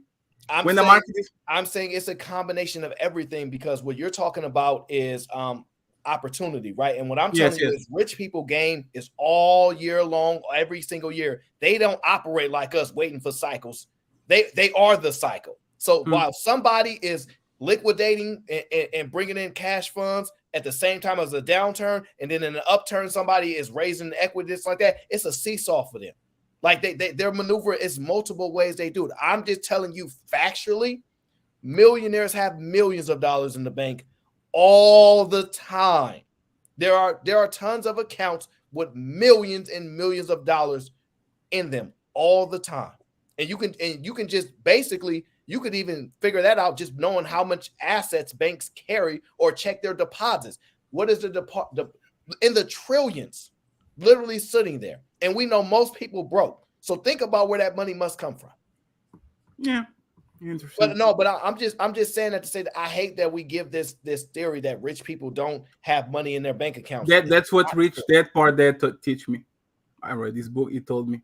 No, but go ahead, E. I cut you off. So what I got from that is these motherfuckers stingy. Don't have liquidity. They got trillions of dollars. They ain't got nothing. What it means is assets. You have to have assets. Assets. Let E finish making this point. Go ahead, E. I think what it really comes down to is I believe being rich is a mindset. And I know a lot of people might disagree with that, but a person that hit the lottery for $40 million, I don't think they're rich. I think they're still poor. Come on, E. In 5 years, no, I know that might sound crazy, but in 5 years, if you spent all that money and all that money is gone, you just gave a poor people a lot of money. Yeah, compared to you are right. Most people get broke, right? Because they don't learn how to invest. But they are one call away from a financial advisor to say, take Alpha, put it on the S&P 500 and leave that shit alone. And now they're rich forever, right? So correct. But that's what I'm saying is that one call, Fatty, is the mindset of the wealth or of the riches. I agree. Yeah, with that I agree. That's the point that I'm making. The point that I'm making is you can give a person with a bad mindset money, and it doesn't mean that they're going to use that money the right way. They can be broke because their mindset is going to take them back there. But the point is, if you change your mindset, you'll be able to sustain that type of money. And that's the point that I was making. So I guess even to that point, I mean, that means Aaron's right, because if we're talking about the people who have the best mindset, the people with the most money, that means the poorest people probably typically have some of the worst mindsets. And why are we giving them money if on average they have some of the worst mindsets? Do you know why we give poor people money? I mean, because we like to be good human beings, I guess. No, it ain't got nothing to do with that. If you look at third world countries, maybe because they spend money. No, the countries where you don't take care of the poor, is outrageous. They're doing all kind of crazy stuff. It's like if you look at American poor versus like Haiti's poor, like it's just two different groups. So we take care of them so they don't have to focus on those things, and they kind of go away. It's to maintain social order. That's why they don't part the means on the middle class and part the low class, because they don't want to see skid rows all over the place. Well, because they know that there's a divide, right? Right now, the reason this recession is so big is because we've hit a boiling point between the poor and the rich, right? We've literally hit it, and it happens all the time when we get to rebalancing the economy, and they're like, I don't want to work no more because y'all not paying us enough, right? We do this every bunch of years. You know what I'm talking about. And we get to that point where the divide is too big. The TV's putting out too much information, so people are upset and they refuse to work. Crime goes up. Out here, Walgreens is closing everywhere because people keep robbing it instead of getting a job. And so what they're going to do is slowly but surely, they're going to make adjustments, and they're going to start saying, all right, we're going to raise the minimum wage. We're going to do this, and that. And people going to be like, yeah, okay, about time. And me and E going to laugh and say, remember that inflation was at 9% that last time, bro? They just got a 6% raise. And we going to laugh and go, they don't know what's happening, right? But they think, okay, I always give this example when it comes to inflation. They call inflation what? The silent killer, right? Yeah. And it actually has a double meaning for me, right? Because one is silent, and then two, visibly it's silent. Because in your bank account, the price stays the same. If you have $100 in your bank account, it says $100. A year later, we know inflation happened. Me and E say it's probably only worth $98, right? But it still says $100. So if you don't know that, visibly you see the same thing. You like, I got $100, but they don't know. It's silent in multiple ways, and to the point it blinds people. And so what happens is we start to close the divide again. We put people back to work. We give them programs. We say we care about you. We love you guys. We want you guys to do better. And then they say, all right, we won't rob you. All right, E, you live in that mansion up there. You probably care a little bit, and you've been donating to charity and all that. All right, we gonna call the wolves off, because if you starve us, 16 million of us come to your house. But if you feed us just enough, and we know, and then you give us a temper of morality and say it's wrong to do that. And that's why I say they prey on people's humanity, right? It's wrong. But realistically, it should never be billionaires. If we were being honest and real, it should never be billionaires. There's way too many people that say, no, share everything, equal everything, or we destroying everything. But then they'll say it's wrong. That's not right. This person worked for this, and we created these things in people's minds of how to control people. And so some people understand and some people don't. And I'm telling you, that's what you're seeing happen in real time. I'm going to get some pizza because I have a Fatty, you're supposed to be losing weight. I have a broke mentality, loser mentality. I'm not an eagle. I am just a fat person. So, but I want to ask you this question. Do you think that is? So you said that it shouldn't be billionaires, right? So you feel that? I don't mind it being billionaires. I'm saying if everything was everything, it's mathematical, like he's mathematically moral. Let's say, yeah, like there's at least 40 million people that could take your billions of dollars. Is what I'm saying. If they didn't prey on your humanity and right and wrong, that you see what I'm saying? Like the morality codes, that it would never happen. You could never have this wide range. So, well, let's stay there for a second. So with the $1 billion, let's look at like NBA owners, right? So NBA owners, you say they shouldn't have billions of dollars, so that means that they would have to pay their players less, correct? Do you agree with that? Oh, don't. You are going to so sure. In that short sense, that might have to happen. There are other elements at play of what would lower their tier of being billionaire as well. So I'm just saying, because I have to be above you. Like, we can't be making the same amount of money if you work for me. But the man, do you know, like the CBA literally, they put up the amount together is a pie. They split it 50-50 or 51-49, whatever. What Aaron is saying is that probably you take the 50-50, you split to 400 millionaires, but the guy that is getting the half of the pie, the billionaire, probably has to pay more taxes than he's not to pay. You go back and study the history, right, of the difference between CEO pay and the lowest worker. These numbers that we're in right now are insane. Yeah, 400 times. I'm saying, it's like I can't pay the guy who is mopping the floors and the guy who's running the company. Their pays can't be close, right? Yes, but you think wait, hold on, Fatty. Right. And the short answer to your question is they could be, but you don't have to. So no, but listen to me. Hold on. You could do that, but you don't have to do that. For example, right? Let's just say your janitor is making $20,000 a year, right? And you're the CEO, you could be making $60,000 a year, right? I'm just saying you could do that, but you don't have to do that. So $1 billion, there's no way you need $1 billion.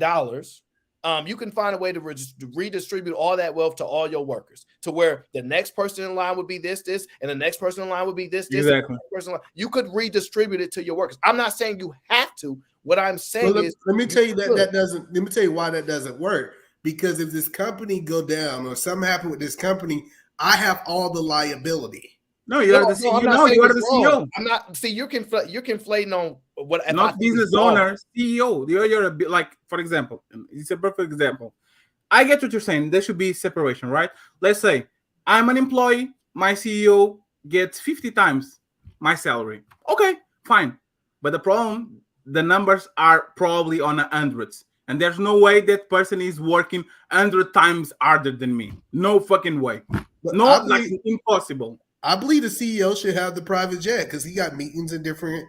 So I'm not arguing with you because we agree. What I'm saying is it doesn't have to be that way. See, I think you're confusing what is it right? Is it wrong for them to live there? And I'm not saying it is. I'm just saying it don't have to be. Like, legitimately, I believe it have to be that way. What I'm so confused, man.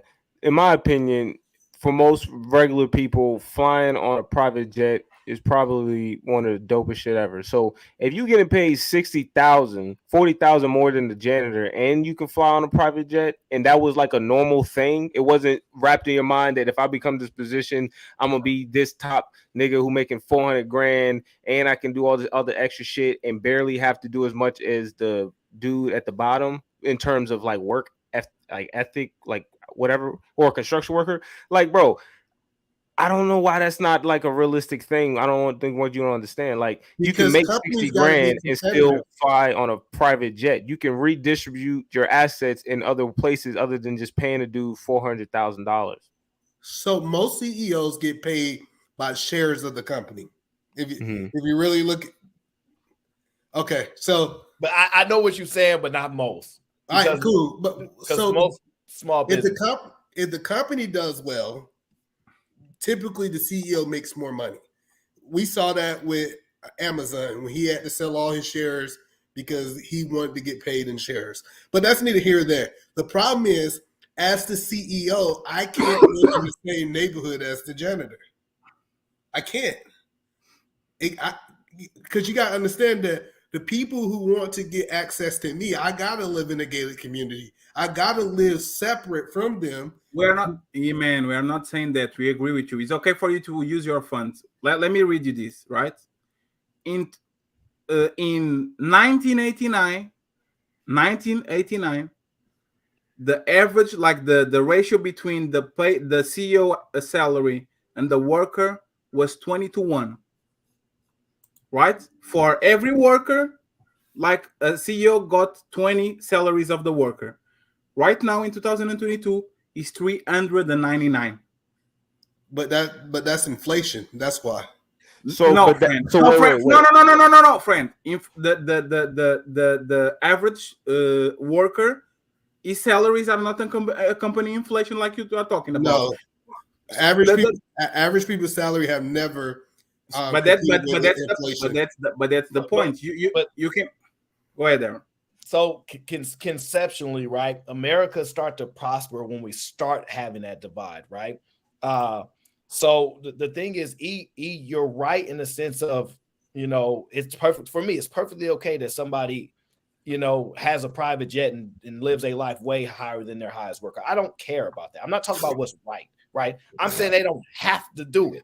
I'm saying legitimately, right? We've seen it. We've literally, there's literally a CEO that took all his salary away and redistributed it to his workers, right? And what I'm saying is that you could make 25 million as a CEO of, let's just say, Citibank, right?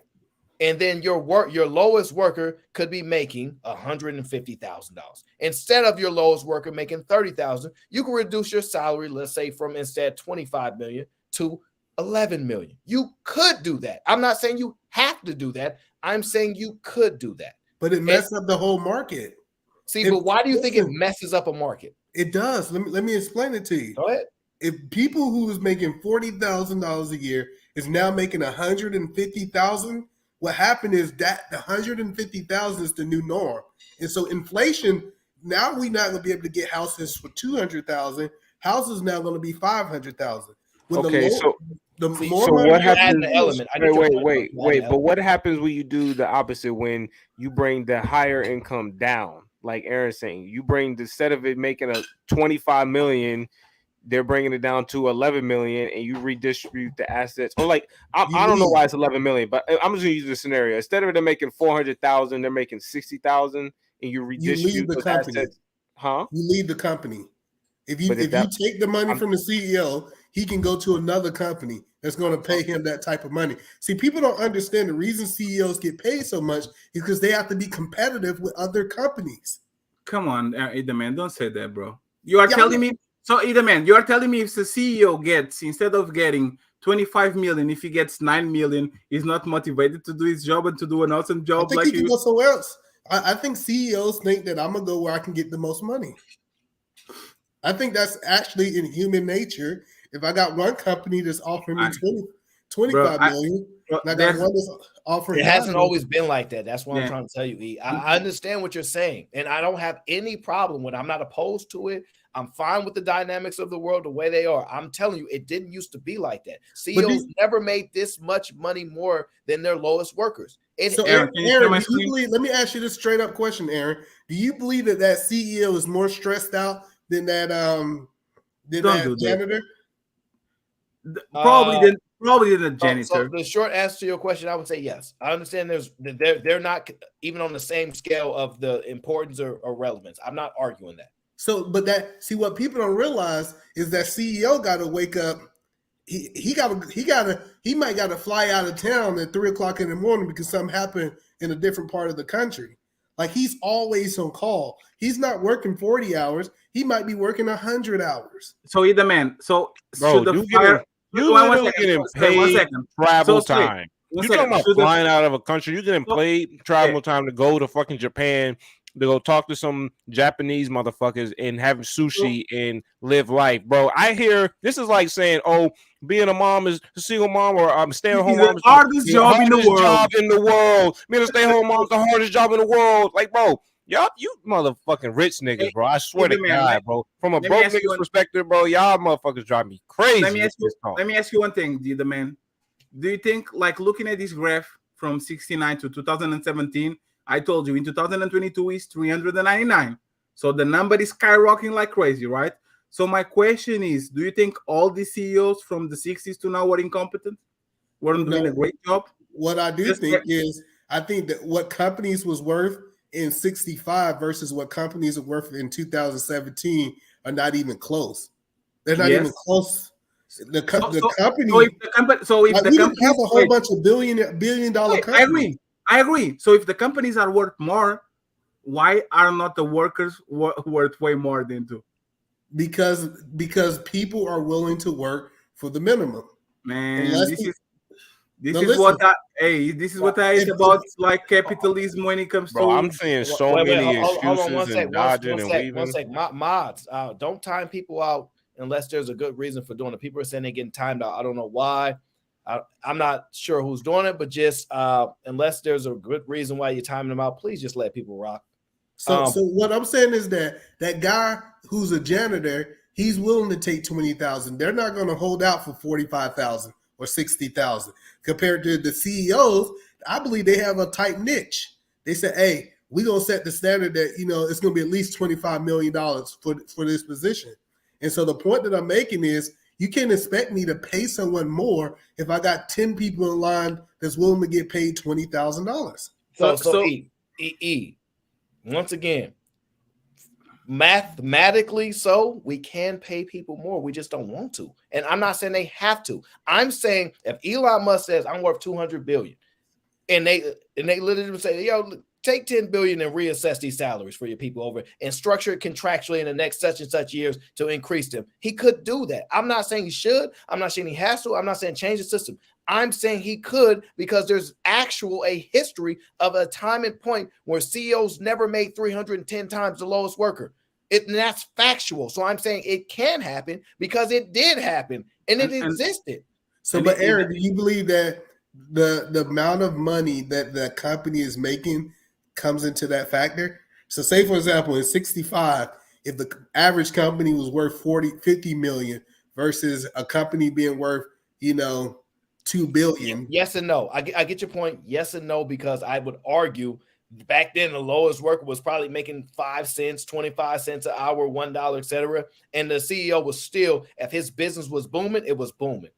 And so I do. The other factor you're talking about is how much money America has just been generating over the years as a business. And I get that. And we have to put the numbers in perspective. But I'm still saying it doesn't have to be this way. And you're saying it has to be. And I'm saying it doesn't. But I'm fine with it being this way. I'm fine with incentivizing people to they can make the most money being CEOs company if they do great things, invent great things, run great. I'm fine with it. But there's no way you can convince me that it has to be that big of a number.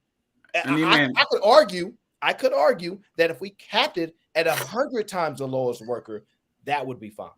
And people would still do the jobs. But 312 times the lowest worker, I'm not saying it's excessive. I think whatever you earn because the market determines it. But I could argue if we capped it 100 times, people would still want to live a life better than the lowest worker by 100 times. And let me tell you one thing, man, before I go. This is how I know you are elitist. I don't know if that's the word, elitist. This is why I know, right? Elitist. Elitist, yeah. Elitista. Elitist. You use different rules for different people, right? For the poor worker, you say, oh man, there's someone that is willing to do the job for that less money. So if you don't take it, someone is going to take it for less. But when it comes to the CEO, you say, no, we have to be competitive. We have to raise the wages, because now if we don't raise the wages, now we are not going to be able to hire the CEO that we want. Why don't you do the same? Why don't you say, hey, CEO, I have $9 million for you. I don't have 40 millions. I know you're competent. Either take it or leave it. And he's going to take it, because there's always someone. He's going to leave it. Take the $9 million. I He's don't going to leave it. Always What are we another talking nigga. about? Always someone. Always willing. He's willing to take $9 million. You capping, Exactly. man. Bro, I Listen, swear He to is God. going to leave Be it. congruent, let man. me tell you the difference. See, the guy that's mopping the floors, I don't need him to be the best. I just need him to be competent at his job. Now, the CEO, I want the best. Bro, you don't need, bro. You $9 million could find you the fucking best. No. It's way. That's a bad argument. You won't win that with that's not eat true. this way. Hey guys, thank you for having me. Bye bye. All right, Fatty, appreciate you. Either man, you're not 31, bro. Stop the cap. Yeah, no. So here's the problem, E. The previous CEO at Disney before Bob Iger came back was horrible. Trash. Terrible, right? You know how many millions he got for his exit package? See, when you say that they need to be the best, there's no guarantee they're going to be the best. And just because you pay them the money is not indicative of outcome. So that's the part that I could argue with you pretty fairly on, is that the money doesn't determine how great a CEO is, how great the outcome. Now, what it can do is it can lure talent, right? And that's reasonable. But I'm telling you, let's not sit there and act like the dollar amount determines how great a CEO is. It does not. And I'm going to tell you this because me and you actually are alike in the thought process of the marketplace, right? Now, you doing way better than me. I don't want no problem. I'm broke, but I'm just saying, reasonably so, we have a historic time period where I could say a CEO was making 50 times the lowest worker, 80 times the lowest worker.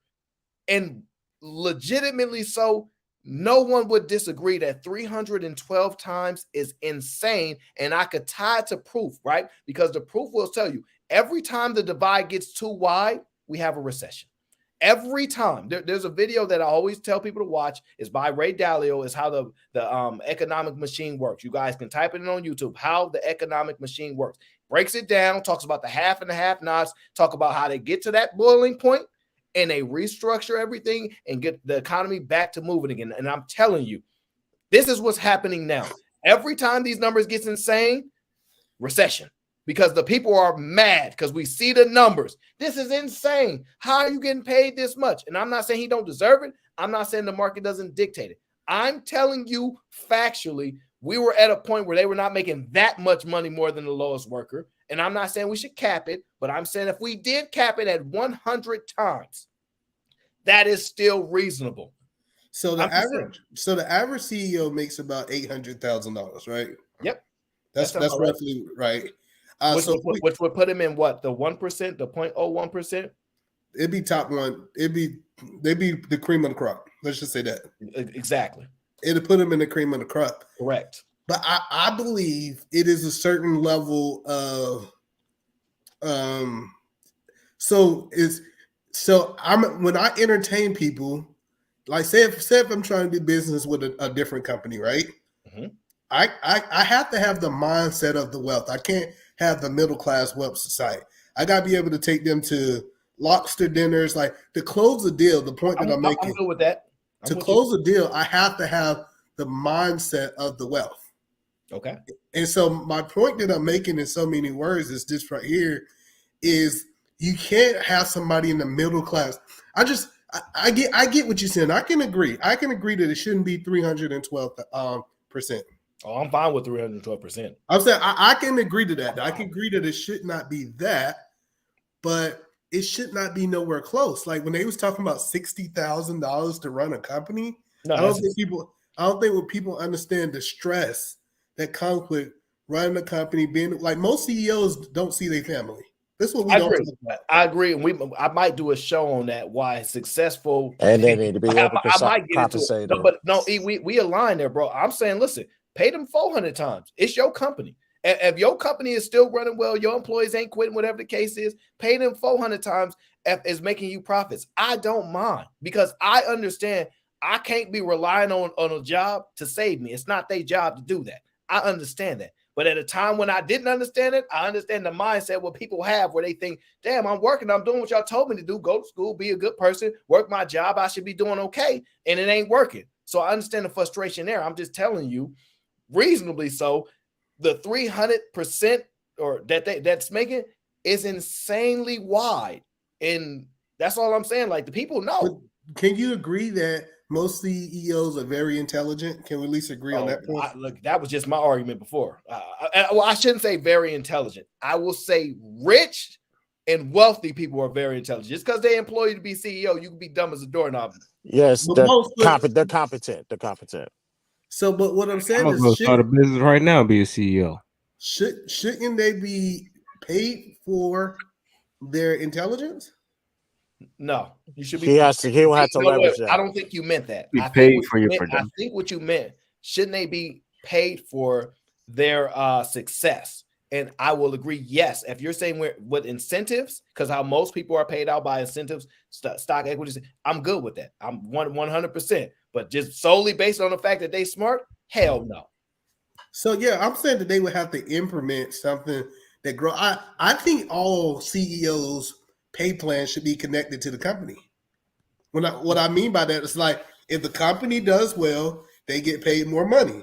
If the companies don't do well, they get paid less money. Well, there's bonuses for all that. So let me ask you this then, because this might be for me and you to discuss in this context. We can distinguish the difference between somebody that owns a business and as a CEO of a business, right? Me and you can agree to that, right? Are you saying if that's the case, we should force every business to have a CEO? And the reason why I say that is because if that's the case, if we're going to tie their success to the business for CEO, that means most of the people in the company will at least be with the company that's doing well, because most people work for owners, right? We understand most people that are employed by small business, they're not necessarily CEOs, depending on the structure, but most of them are not. They're owners, right? And they fail more often than anything. So that they go out of business the most. And I'm saying if we made them all CEOs and had to tie it to the performance of business, you see where I'm going with this? I get what you said, but let me ask you this question. Can the owner be a CEO? Yes. Yes, I think all company structures should have a CEO if the owner can be the CEO too. But they can, but they all are not. That's the point. Yes, so I would say this right here. This is my opinion. I tell people to take it with a grain of salt. I believe that all companies should have a CEO, and that CEO should be paid drastically more than anybody else, because he's going to take the burden that the company don't. Like a CEO that was the CEO of a failing company can never get a job again. That's how serious it is. No. I'm with you. Listen. I'm one of the brokest people that cheer for rich people. I'm the unique person that goes, I understand what it is.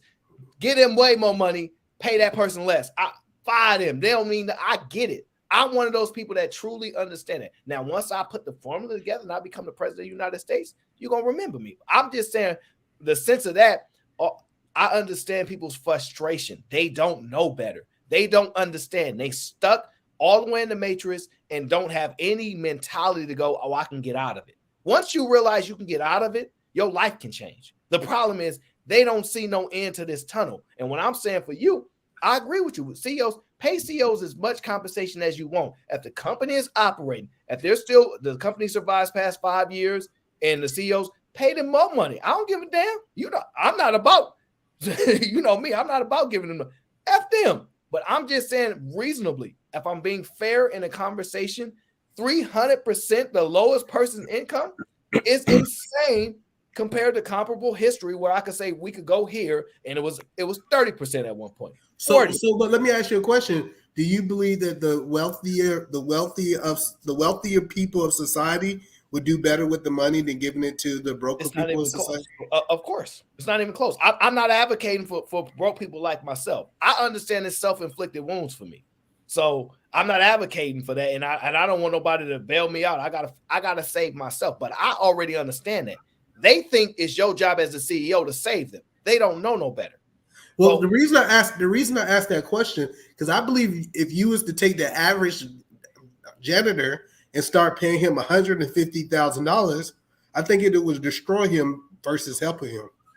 Why do we have to drastically change things? Like, if the average janitor is making 25,000, okay, 25,000, and then we just made it 45,000. Like, I get it. I mean, I understand that the inflation and all this, but in the same breath, I don't understand why we've boosted the egos of the CEOs to $35 million. So this is the thing though, Sway. Like, he's not wrong in nothing he's saying, except for the fact that he don't believe that we can do it. And I believe we can. I just don't think we have to or we should. But I know we can do it. Can they not exist at the same time though? No. So basically, regardless of the point, so yes and no. Even if we adjust the structure, the problem is this. I'm smart enough to know this. I ain't smart enough to be, that damn rich yet, but I'm smart enough to know this. Even if we gave the janitor more money, he's not intelligent enough to keep it. He's not intelligent enough to know how to manage it. That money will flow back to the top because these people are not spending money the way other people spend money. So even though I can make the argument that they don't need 300 and some percent, it doesn't mean I don't think they're going to get the money back on the back end because they own the assets that generate revenue while other people buy people's products. That is the asset for that rich person. So it don't matter if I give the janitor more money, he going to go give the money back to the rich people. That's literally what we do. What do most people do with their paychecks? Do you know? Rent and bills. Rent, bills, and funds. Yeah, Seriously, rent, bills, and funds. And what I'm trying to tell you is, people always like, man, like, why don't you do this? I'm not so hung up on fun the way everybody else is. I don't give a damn about traveling the world. Now, people can say, oh, you won't learn nothing. You live in a limited space. Da, da, da, da. Most people want to travel before they are prepared to travel. And they think they gain something because they've traveled to 31 different countries. Don't mean nothing, right? And what I'm saying is most people spend their money on travel, food, rent or mortgage, whatever you want to call it, in fun. That's literally the four quadrants for most people, right? They don't know it, but that's literally the case. And so if you really understand that, the fun is paying somebody else's bill. So you spending money on fun, they call it memories. Nothing wrong with, I love to spend my money on memories, right? It's worth it to me to create a memory. Well, your memory is somewhere at some point generating revenue and money to somebody. I don't know who, but it's generating money and revenue to somebody that is rich. And that is the problem that people don't understand. And I try to tell people, identify where you're being attacked. And if you're being attacked in the food area because you're a foodie, and you say, well, I think it's worth it to spend my money on food, that's your outcome, right? If you getting attacked and where I used to get attacked, I used to love sneakers, right? Then you have to accept the fact that you're going to get destroyed in that area and you're a slave to the night, to what they call the swoosh, right? That's what it is. You have to understand you are under attack. If you're not rich, you're under attack financially in every aspect, whether it's advertising, whether it's your eyes, wherever you spend your time, your intellectual property. The reason why YouTube is free for most people is because they get to run technologies to the point where they're identify how long you watch a YouTube video. They get to identify what type of videos that you like. They get to identify where you geographically live. A lot of the time, they have the technology to identify your race based upon those actions and things like that. Your time is more valuable than you ever know. Your intellectual property is more valuable than you'll ever know. And these companies will give you a free product that's not free and tell you, do what you like with it. And I'm telling you, understand where you're being attacked at and then go, now I can counter. Because when you know where you're weak at, where you know when you've been attacked, you can put up a counter. I was being attacked by worrying about sneakers and, having the nicest gear, the newest shoes. I used to wake up 4 a.m. to try to get on these websites to get these sneakers, bro. I used to be stressed out if I didn't get them. And I know my boy got them. Like, damn, he got them and I didn't get them. Little things like that would be killing me, right? And then I said, damn, this ain't gonna work for me because I'm the type of person I don't like to make the same mistake twice, right? And so I make corrections and adjustments. And the first thing I said, God damn it, this is not good long term. This is not gonna work for me. And I start being around people. I start soaking up game indirectly from people that had money. And I said, yo, let me just be cool. And I'm the type of person that I'm very approachable, right? I have a physical demeanor that I'm not overly scary to people, right? And so people are willing to talk with me. They feel comfortable around me. So I soaked up some game. I said, damn. And I swear, the second you start identifying these issues, the second you do that, boy, you get so much more money in your pocket. You feel better about yourself when you're no longer a slave to things that are not beneficial for you in the long term. We are short-term thinkers, and we never think about the long term. This is why y'all keep hearing women say, I want a man that make $200,000-$300,000 a year. And then what the hell? How many men make that? I don't know, but I'm going to get one. Because it's long term, they don't know that they need to plan for their own retirement. Because if you don't get one, what's your backup plan? To keep begging for one? So it literally just happens. I promise you, everybody in this chat, if y'all literally take a list of everything in your house that you have or own, and you start saying, okay, when the last time I used this? Okay, how much does this cost? Do I like it because it has a brand on it? And you start saying, yo, damn, I got like 7 of these, and this is the same damn thing. All right, this is where they get me at. Bam. All right, so you put that on the list. I'm being attacked right here. All right, that's the first thing you do. Now you say, I don't want to be attacked that way. How do I, either stop the attack all the way, or how do I minimize the attack? So let's just say I have an addiction, right? Let's just say I have to have a particular item, but you don't have to have 7 or 8 dresses from this same company, right? You can get one. You say, look, I don't want to stop completely, but I'm going to limit my exposure. And what you're going to do is you're going to have one item instead of 7 or 8. And little small adjustments like that on a day-to-day basis. When you walk outside, look around you. I see cars everywhere. It's at least trillions of dollars on the streets in a car that is basically an asset, but it's really a liability, and they're parked 90% of the time. Imagine that. Trillions of dollars everywhere you walk, and it's parked 90% of the time. And when you start looking at things as people are attacking you and identifying, you start to change this. Now, I don't know what you mean. Oh, so people already do this. I ain't kicking no knowledge. No, it's cool, bro. We just chopping it up. You ain't got to listen to none of this if it don't benefit you. If you think people are doing this, no doubt. I'm just telling you what I do. This is my show, my inner thoughts. And I'm telling you, the second you make adjustments for where you're being attacked at, whether it's name brands, whether it's the food department, whether it's your transportation, whether it's your insurance company, when was the last time you called your insurance company and said, yo, I need a discount. I've been with y'all for 10 plus years and I'm thinking about changing. Y'all don't make companies compete for y'all. Y'all don't. And I always use this example, and Lee, this might be a good one for you. We're one of the very few people that actually buy items to market for free, right? So for instance, I'm wearing North Face. I love these damn things. I can't deny it, right? I bought it and I market it for free. I literally walk around as a marketing tool for them. They branded me and they said they made me pay for the item, and now they get free marketing from me every single time I put it on. It's a phenomenal, intelligent thing. But when you see celebrities, right, and they show you, oh, they running the bag up, let's be honest, a lot of them get that stuff sent to them.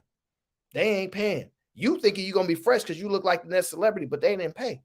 They're not marketing for free. They charging for their marketing fees. It's little things like that will help put you in a better place. But the problem is, I don't think y'all really want to make those adjustments. I don't think y'all really want to make those changes because it takes time. What my guy Lee says, only people trying to fit in will buy all that stuff. Simple minds. I never bought Jordans. Well, if that's what you think, I'm always dreading to leave on all my accounts. Get facts. Keep it up. Now, if that's what you think, Lee, that you don't like the world revolve around you and you the only one that learned not to buy Jordans, cool. If you thought not buying Jordans was going to make you rich, tell me how that's working for you. Tell me how that's working for you. I would say Jordans is not most people's downfall. I know we like to play, oh, we spend all our money on Jordans. It's not most people's downfalls. The problem is that they don't know they're getting taken advantage of. That's most people's downfall. Most people on their day-to-day process are having these experiences and they don't realize it. The second your eyes open, you take that red pill and you get out of, you start to leave the matrix and realize all these things that are happening to you. I promise you, things do change, but you got to make the change. You got to make the change. So, listen, it's been fun. It's been fun, but we're going to get up out of here. We're going to close out the show. I appreciate everybody that came on the Pound Day. We had a lot of fun. I apologize to everybody. We kind of got into the money talk a little bit, and I kind of like to talk about that more than other stuff, but I appreciate y'all. Thank y'all so much for rocking out with me. I know y'all want to get to some other shows and enjoy other people's content, but I truly appreciate y'all rocking out with me. If y'all could hit a like and subscribe, because we on our way. We're going to get to 1,000 subscribers eventually. We're just going to keep grinding, keep pushing. But I appreciate it. Make sure y'all leave a like, comment, subscribe to all the videos, support as much as you can in any way that you do. I truly appreciate y'all. I will catch y'all on the next show, wherever that may be.